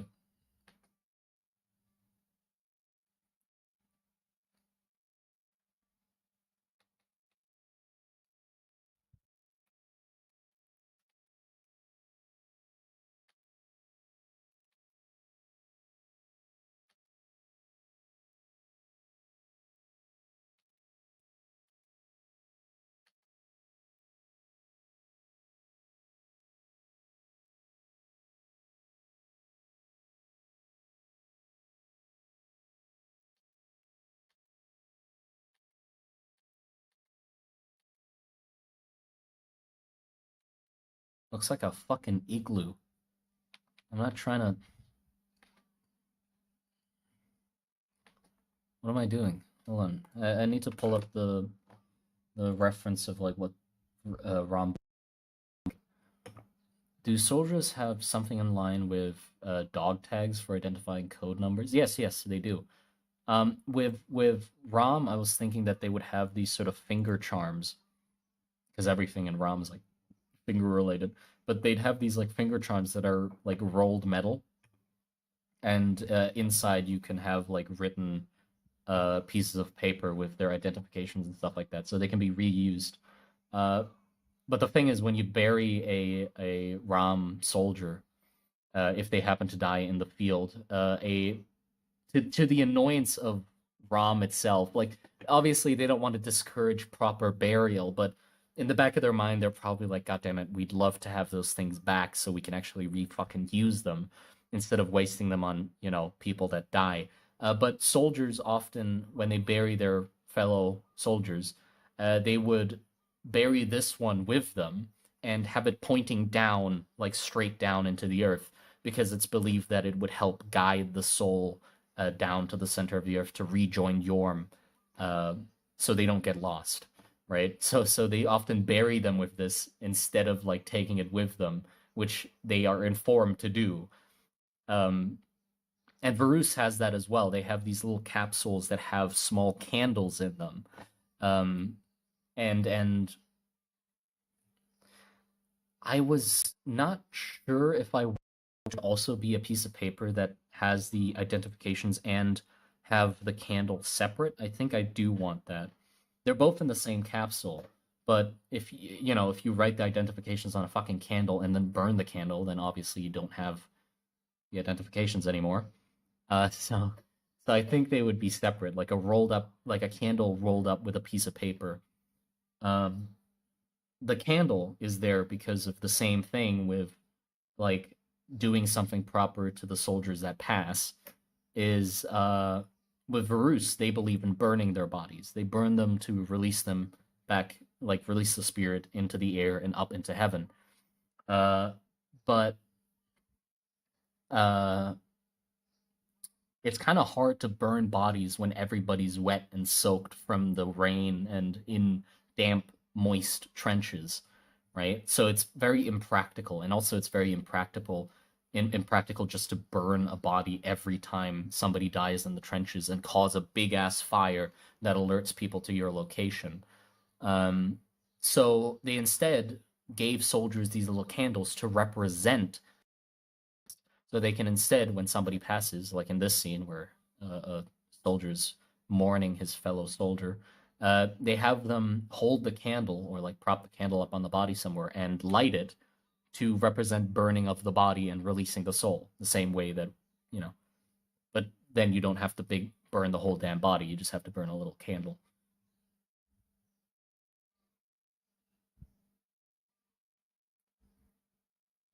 Uh, Wrap the candle in parchment with a hard wax seal. Yeah, something like that. Wait, what? Is Vermis back in stock? Hold on. Hold on. Give me a sec. Is it?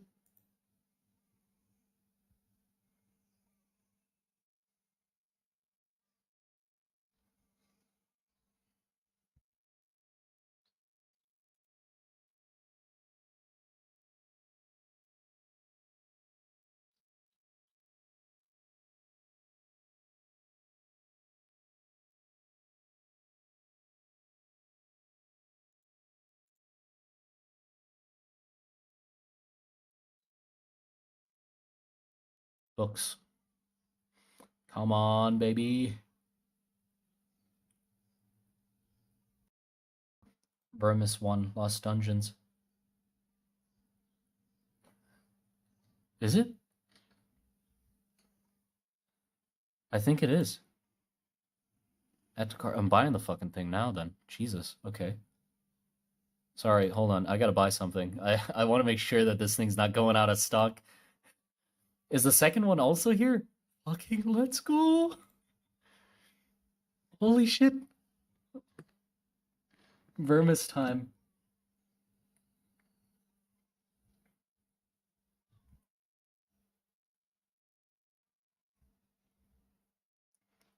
How do I order note? What? What do you mean order note?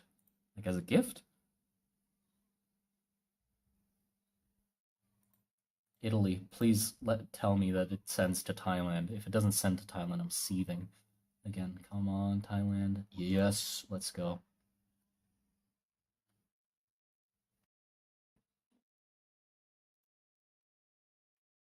Contact. Yeah, yeah.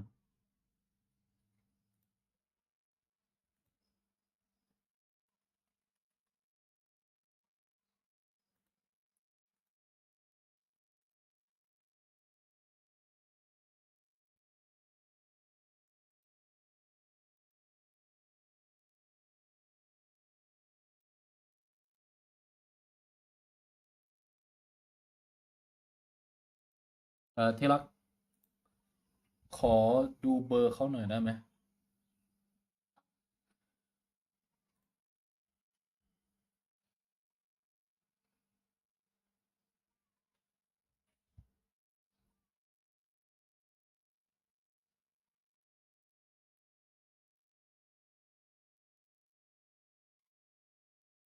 Where can I get let me send you the link.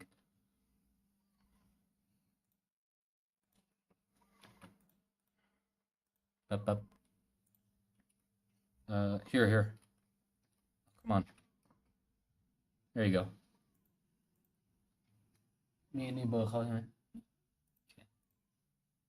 เขาจะซื้อสมุดนะมันเพิ่งเข้าสต็อกแล้วคนมันบอกเขาว่าเฮ้ยมันเข้าสต็อกอยู่ก็เลยแบบโอ้เฮ้ยกูต้องรีบซื้อ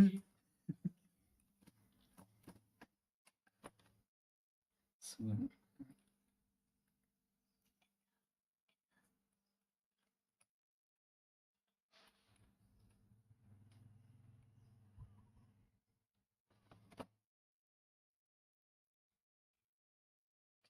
Thank you.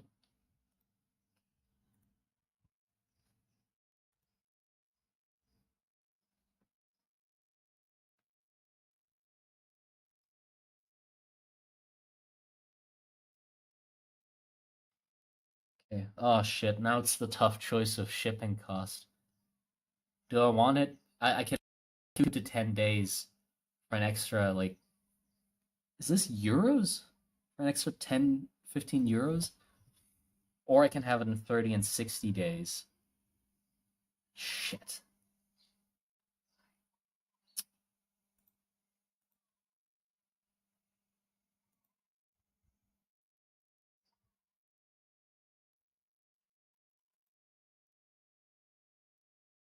I am patient, but I desperately want to have the books. I mean, they're gonna arrive either way, so.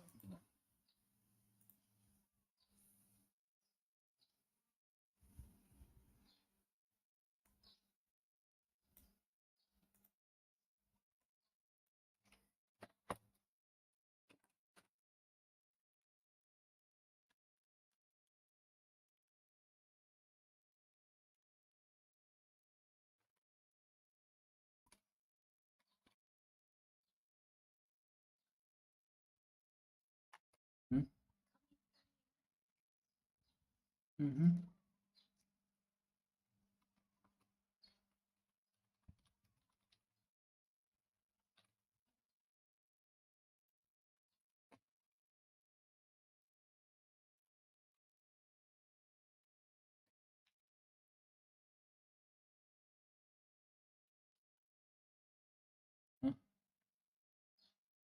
Mm-hmm.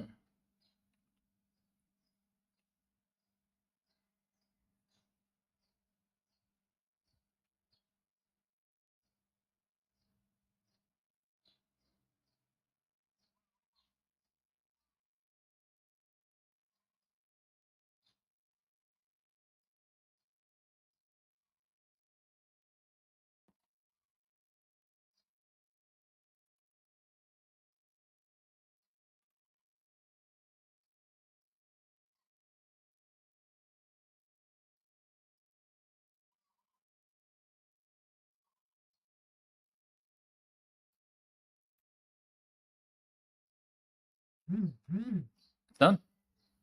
I bought it. Holy shit. Let's go. I have it.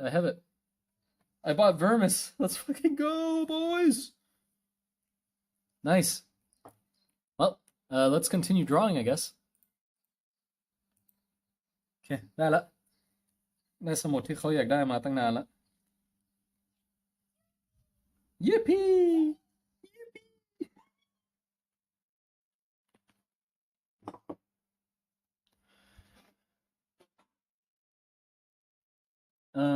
when you get the books, could you show them to us for bedtime? I don't know if that's is that allowed? Like showing off books that you bought. I mean, obviously, I'm not gonna like show you each page very clearly to you know. I can definitely show it off though. I'd love to like show it on stream and stuff because it is a very good, incredible book from what I've seen. Like I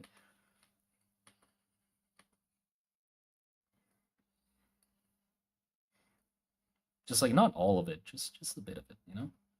Wait, what was I gonna do? Oh shit, right. I was gonna look up the references for the bunker cities so I can use it.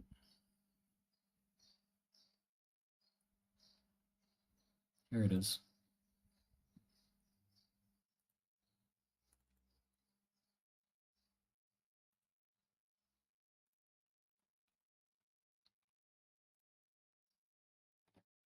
Jesus, why is it such a big image?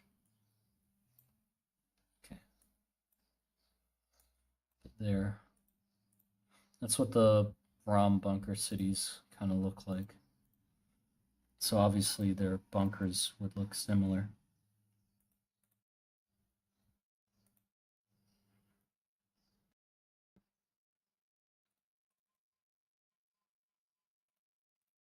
Ah, there you go. Found it. This is the one I needed.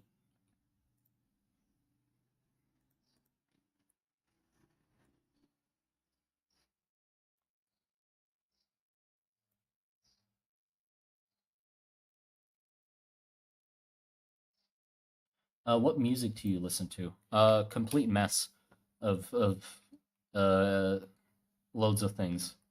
My playlist is like whiplash with the different like moods and stuff. I don't know though, like genres, I guess. Like I listen to fucking electronic music, just more uh what are they called if it's just guitar? Mel just guitar. I don't know music genres. Guitar, or electronic music, a bunch of shit. Like I listen to some Vocaloid music as well, like that stuff. Or also like what other shit? I don't know. Just random shit. Instrumental, yeah, as well. I have no idea, man. I I've never tried to answer that question, I guess. Just random shit. Music, I listen to music that sounds good to me. There you go.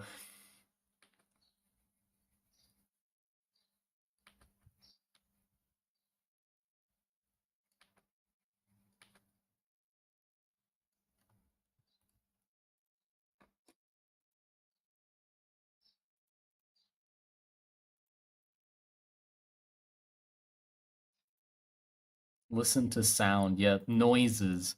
I love it when noises enter my ear.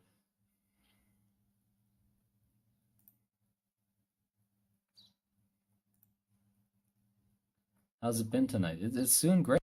It's going great actually at the moment. Really chill. Yeah. Oh, I guess something that I've been really enjoying listening to is like I'm liking listening to have you guys seen the trailer for the Midnight Walk? There's like it's this game that's coming out. I think it's VR, but the style of the game is like claymation. but it's so good looking. The game looks incredible, but the music in the trailer was really like stood out to me quite a lot as well. So I found the original artist that made that song. I don't know if they made the song for the game or if they like just asked for permission to use the song for that song that they use in the trailer. I've been enjoying that. Hold on, it's this one. I'll send it into the chat. I think it's really nice.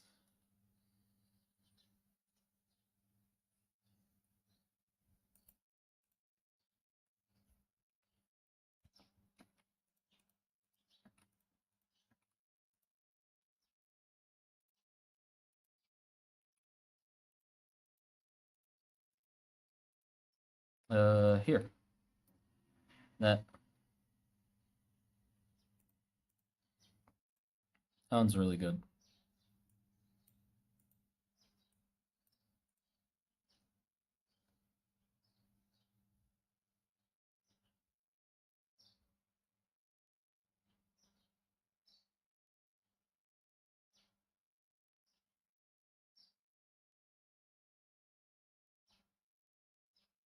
Yeah. Oh, I also listen to like another guy I really like is Cosmo Sheldrake. Like I listen to Cosmo Sheldrake. He makes some wonderful music. It's the dude who like every time in his comments on his videos uh uh they just think that he's some sort of weird forest spirit because it's just a nice breath of fresh air too instead of listening to music about like heartbreak and relationship problems and shit. And then suddenly you just get a guy who writes songs about fucking pelicans and water bears, you know, or like lice in somebody's hair. Like it's just random shit. Yeah, Cosmo Sheldrake. But I also like to contrast that. I listen to Cosmo Sheldrake, but then also fucking Apache, who does like he does like a mix of electronic with uh orchestral music.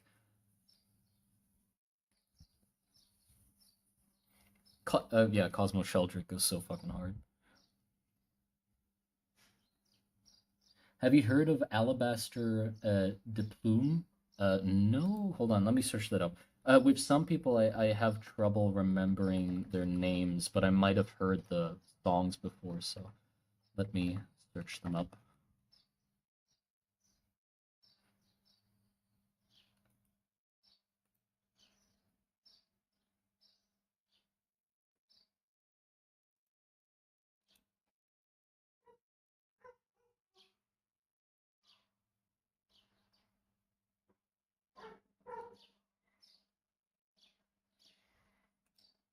Oh, this is nice. I haven't heard of it before, but thank you for recommending. I'll definitely have to listen to it. I mean, I'm gonna listen to it now. I don't have like desktop audio open on stream, so if you're wondering, I'm just listening to music while drawing. You just can't hear it. If you want to, you can do that too. I don't really like having music on the stream. I gave a reason before, like a while ago, but the reason basically is uh you're forced to listen to the music that I'm listening to. But if you want, you can just choose to also turn on music in the background so you can listen to anything while also listening to the stream, you know? So if I have music in the background, then you're forced to listen to that, and if you don't want to, then well, tough luck, you know? So it's better to just not have it, or I just think it's better. You can listen to anything.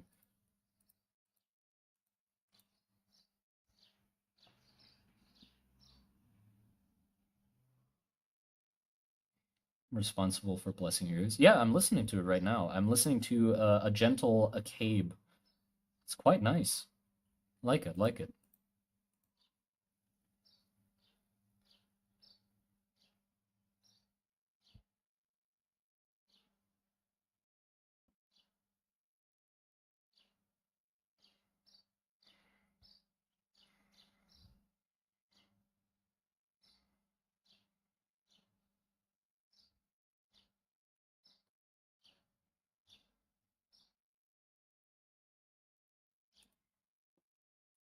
I think that sometimes your ambience can be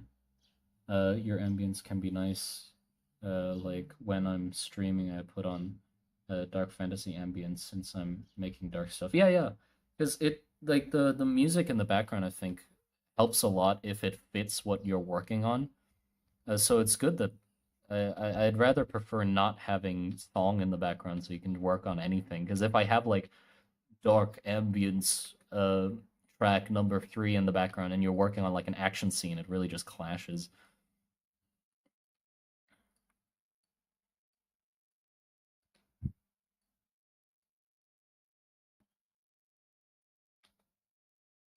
Yeah, thanks for the suggestion by the way. This is really nice.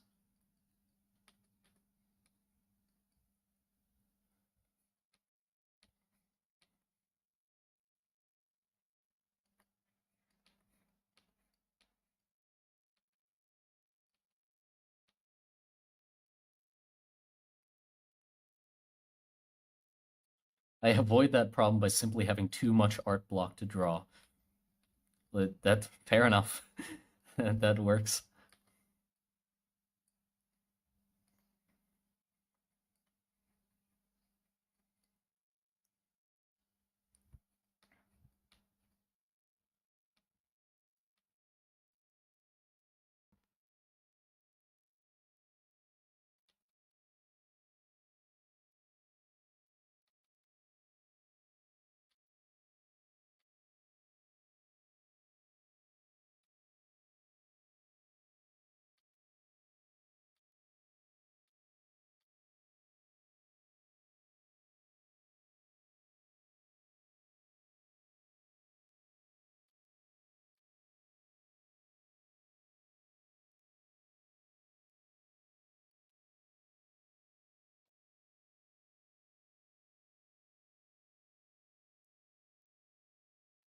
Plushies when Simon. No.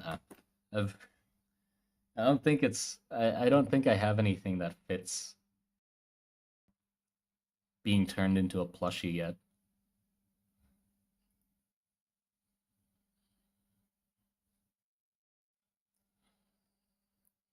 I might be leaving. Bye, Mr. Garden. Take care. Take care. Don't forget to have your fair share of rat soup. I definitely won't forget. Sloppy plushie. Maybe. Yucca plushie in jar. Oh, come on. Out.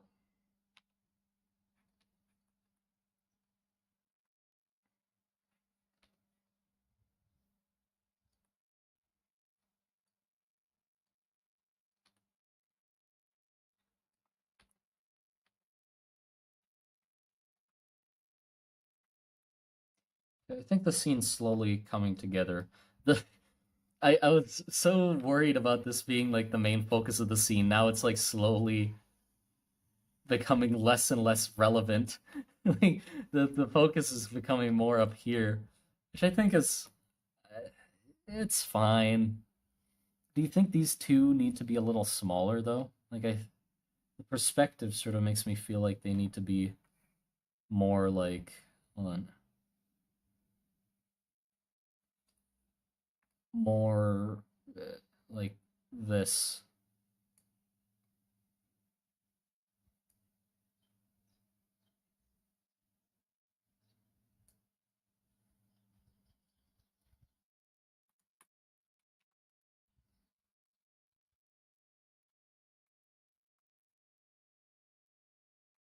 Because then this stuff in the background here has more space to breathe too. I think that's good. Because then I have more space to add another rat here as well. Because I want to add a little guy coming out of the hole.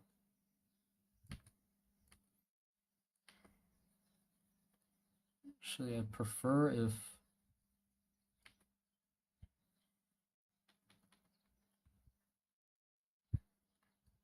there's a guy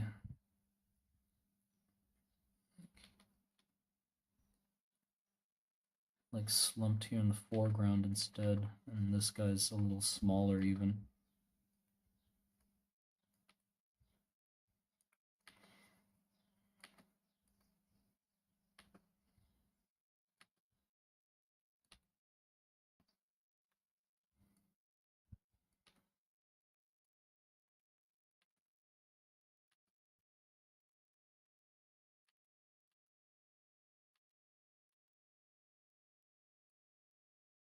And a little rat here.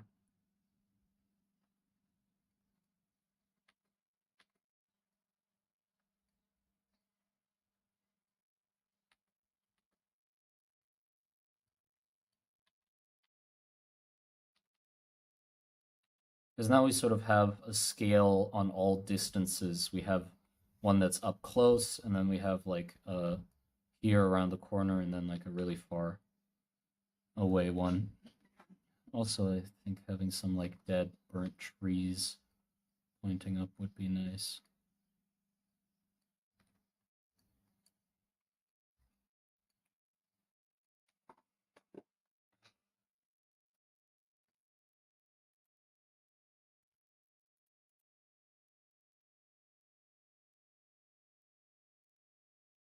Holy shit, Alabaster the Plume is popping the fuck off. Let's go.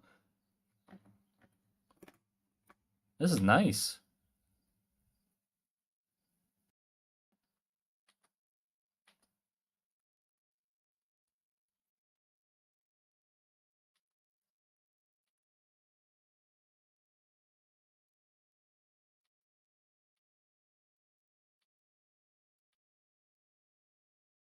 Very nice. Yeah, I feel like I'm gonna accidentally like it's gonna make me accidentally draw like a field of beautiful flowers with the rat people just running through them while caressing the flowers and just it's very peaceful and shit. I like buy a dwarf shirt, not gonna lie. What the hell would a dwarf shirt even be? Like what would I put on it? Just the dwarf design but slapped on a shirt or what do you mean?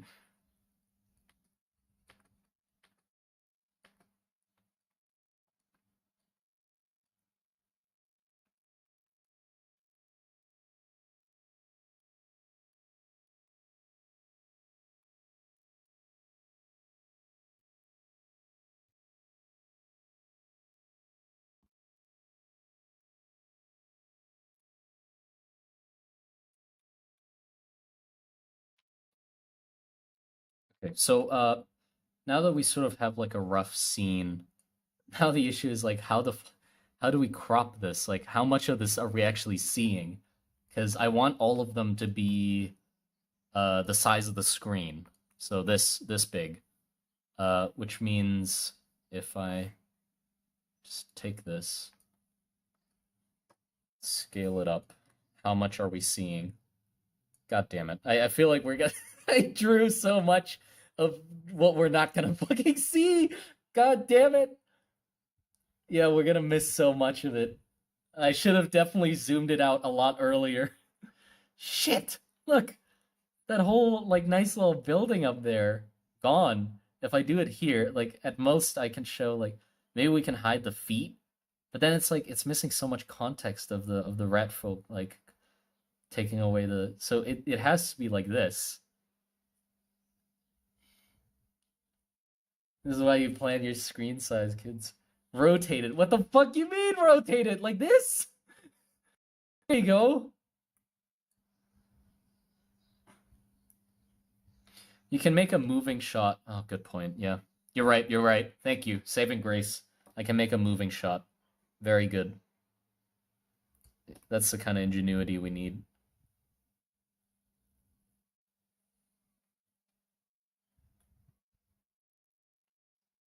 Do we want it like off to this side or off to this side?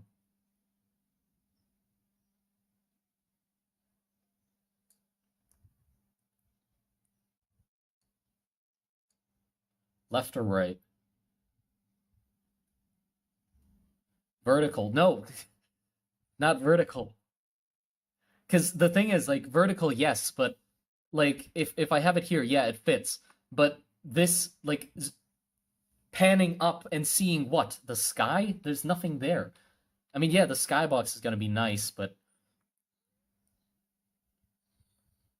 right side? Okay, here. It here, and then we can like draw a little more here. Or I mean, it doesn't need to be much over here. If we're thinking about it panning across, you can definitely have it be like a, just starting in like dark and then ooh, like that, and then still not seeing the top of the damn building. Hold on. Can I zoom like a specific amount? Yeah, thanks. Such just let me zoom smoothly. What is this? Why? What? It's either 100 or 88. Give me in betweens, man. Fuck. Never mind.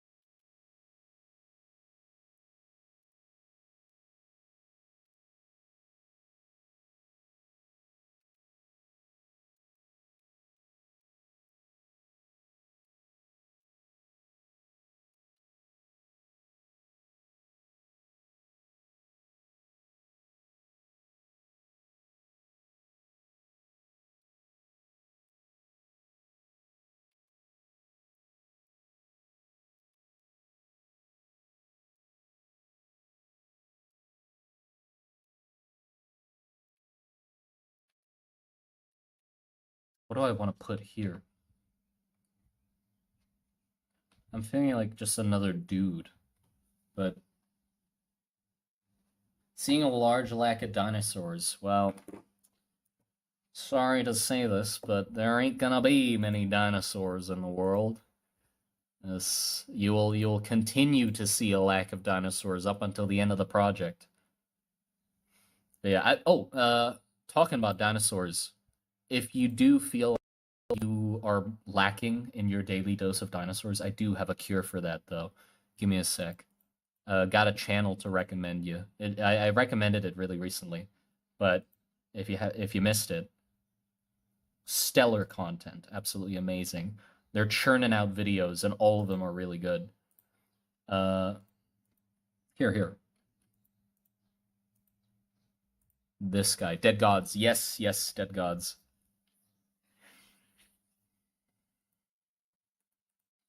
Yeah, they like if with my channel where every video I'll have like half a drawing done and that's the whole video with me like barely finishing half a drawing and then showing off the concept and talking about it. This is the complete opposite. He does like six or like eight or 10 fucking character designs and all of them are in one video, just one after the other. Bam bam bam. And it's a lot more worth your time than watching my channel. That's for sure. A lot more dense with like designs in each video. So yeah.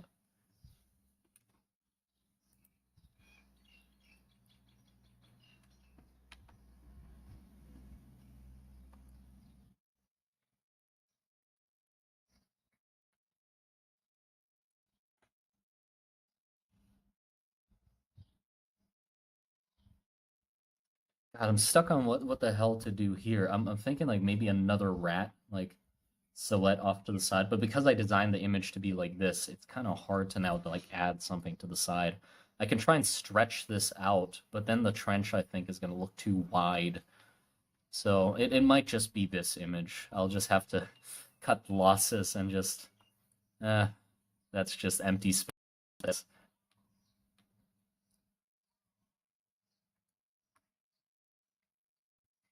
Or if maybe I've thought too narrowly about it, what if we do in the middle and have it be sort of like a frame where it's dark on both sides to like help frame the image even more. So we got like this and this, maybe. It definitely looks less empty with it in the middle, but I'm gonna have to work on putting some stuff on the sides here.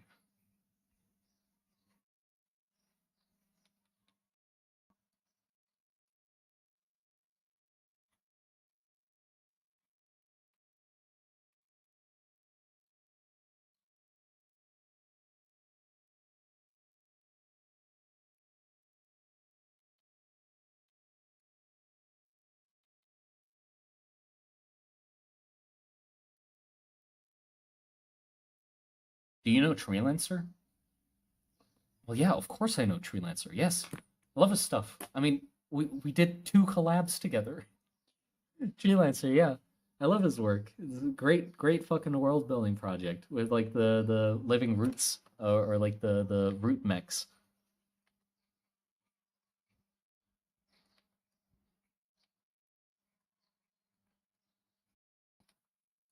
Are you getting help with the Witch Hunter animation still? It's getting put on hold for now. I don't think I'm gonna have any time to finish it soon. Like I have some more videos that I want to do rather than that thing, so that's sort of not the priority at the moment. I might get back on it eventually, but by the time I get back to it, I'll probably have a better idea for a better animation and just do that instead, most likely.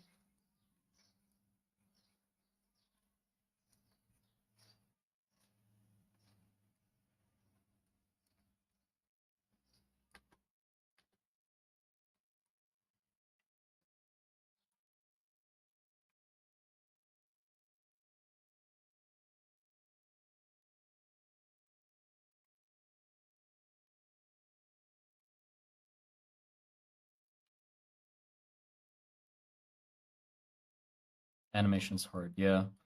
I mean, I put too much on my plate, that's for sure. I sort of kept escalating the scale of it to the point where it got out of hand, and then I just crumbled to the pressure. So,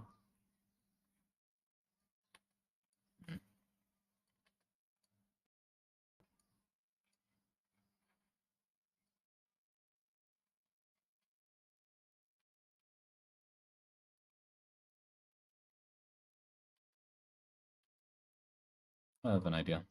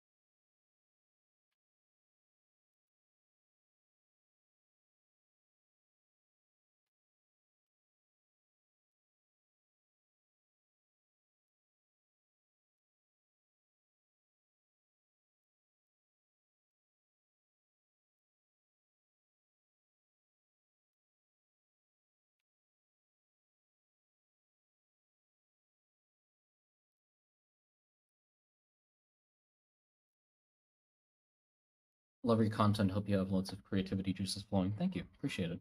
It's 1 a.m. for me. Go to bed. Sluppy's on a leash. Please, please do the what do what Flying Frog said. Simon, if you haven't, please check out Dead Sound. His work is honestly great.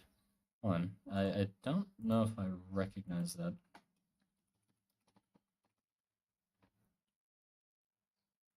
Dead Sound. Oh yeah, Dead Sound. Fuck. Yeah, I love his stuff.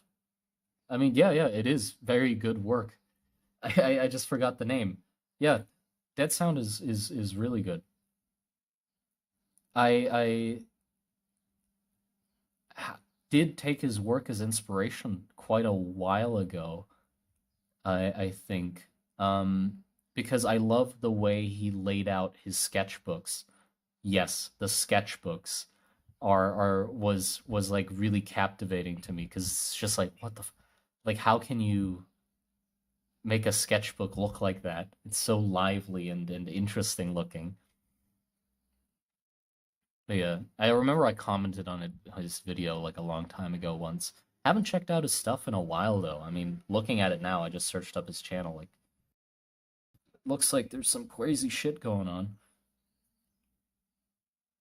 Yeah, I remember I last thing I watched of his was he was about to start was Old Buck. That was the last one. So 3 years ago was the last time I checked it out. God, I really don't know why I stopped watching him, honestly.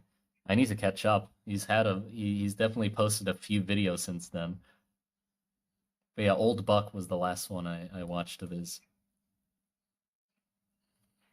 I mean, yeah, but his stuff is just impressive in general. Like one guy just doing 3D modeling, animating, storyboarding, sound design, fucking doing the sketchbook as well, also being able to sculpt things as well. Like he's crazy, crazy talent.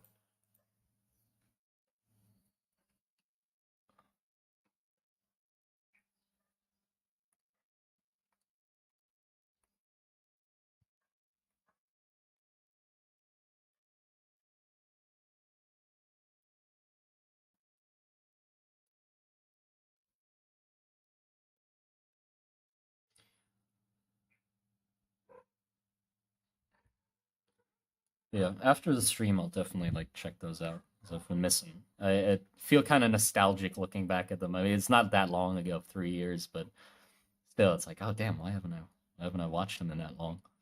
Should definitely do so. Yeah, there we go. I think I'm pretty happy with like the layout of that image.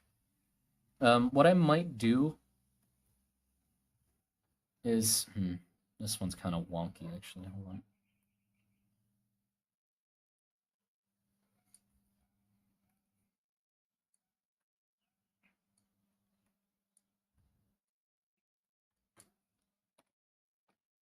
There you go.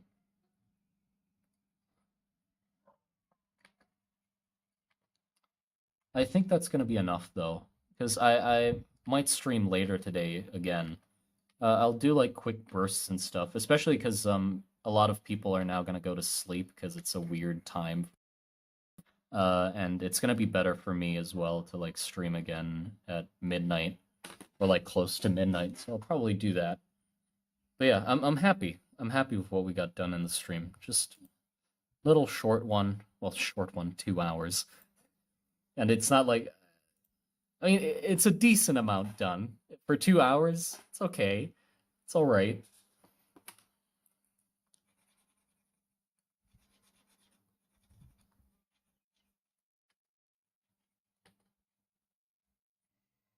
Yeah. When is stream ending? Yeah, yeah. I think it's enough for now. I'm gonna focus on something else and then get back to drawing again. Little break, you know. Uh, well, if it's tonight, then in like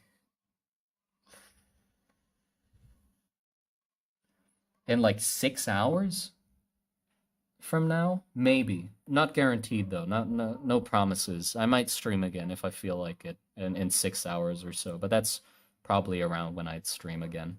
But yeah, thank you for joining the stream, everybody. See you again in the next one. Take care. Take care.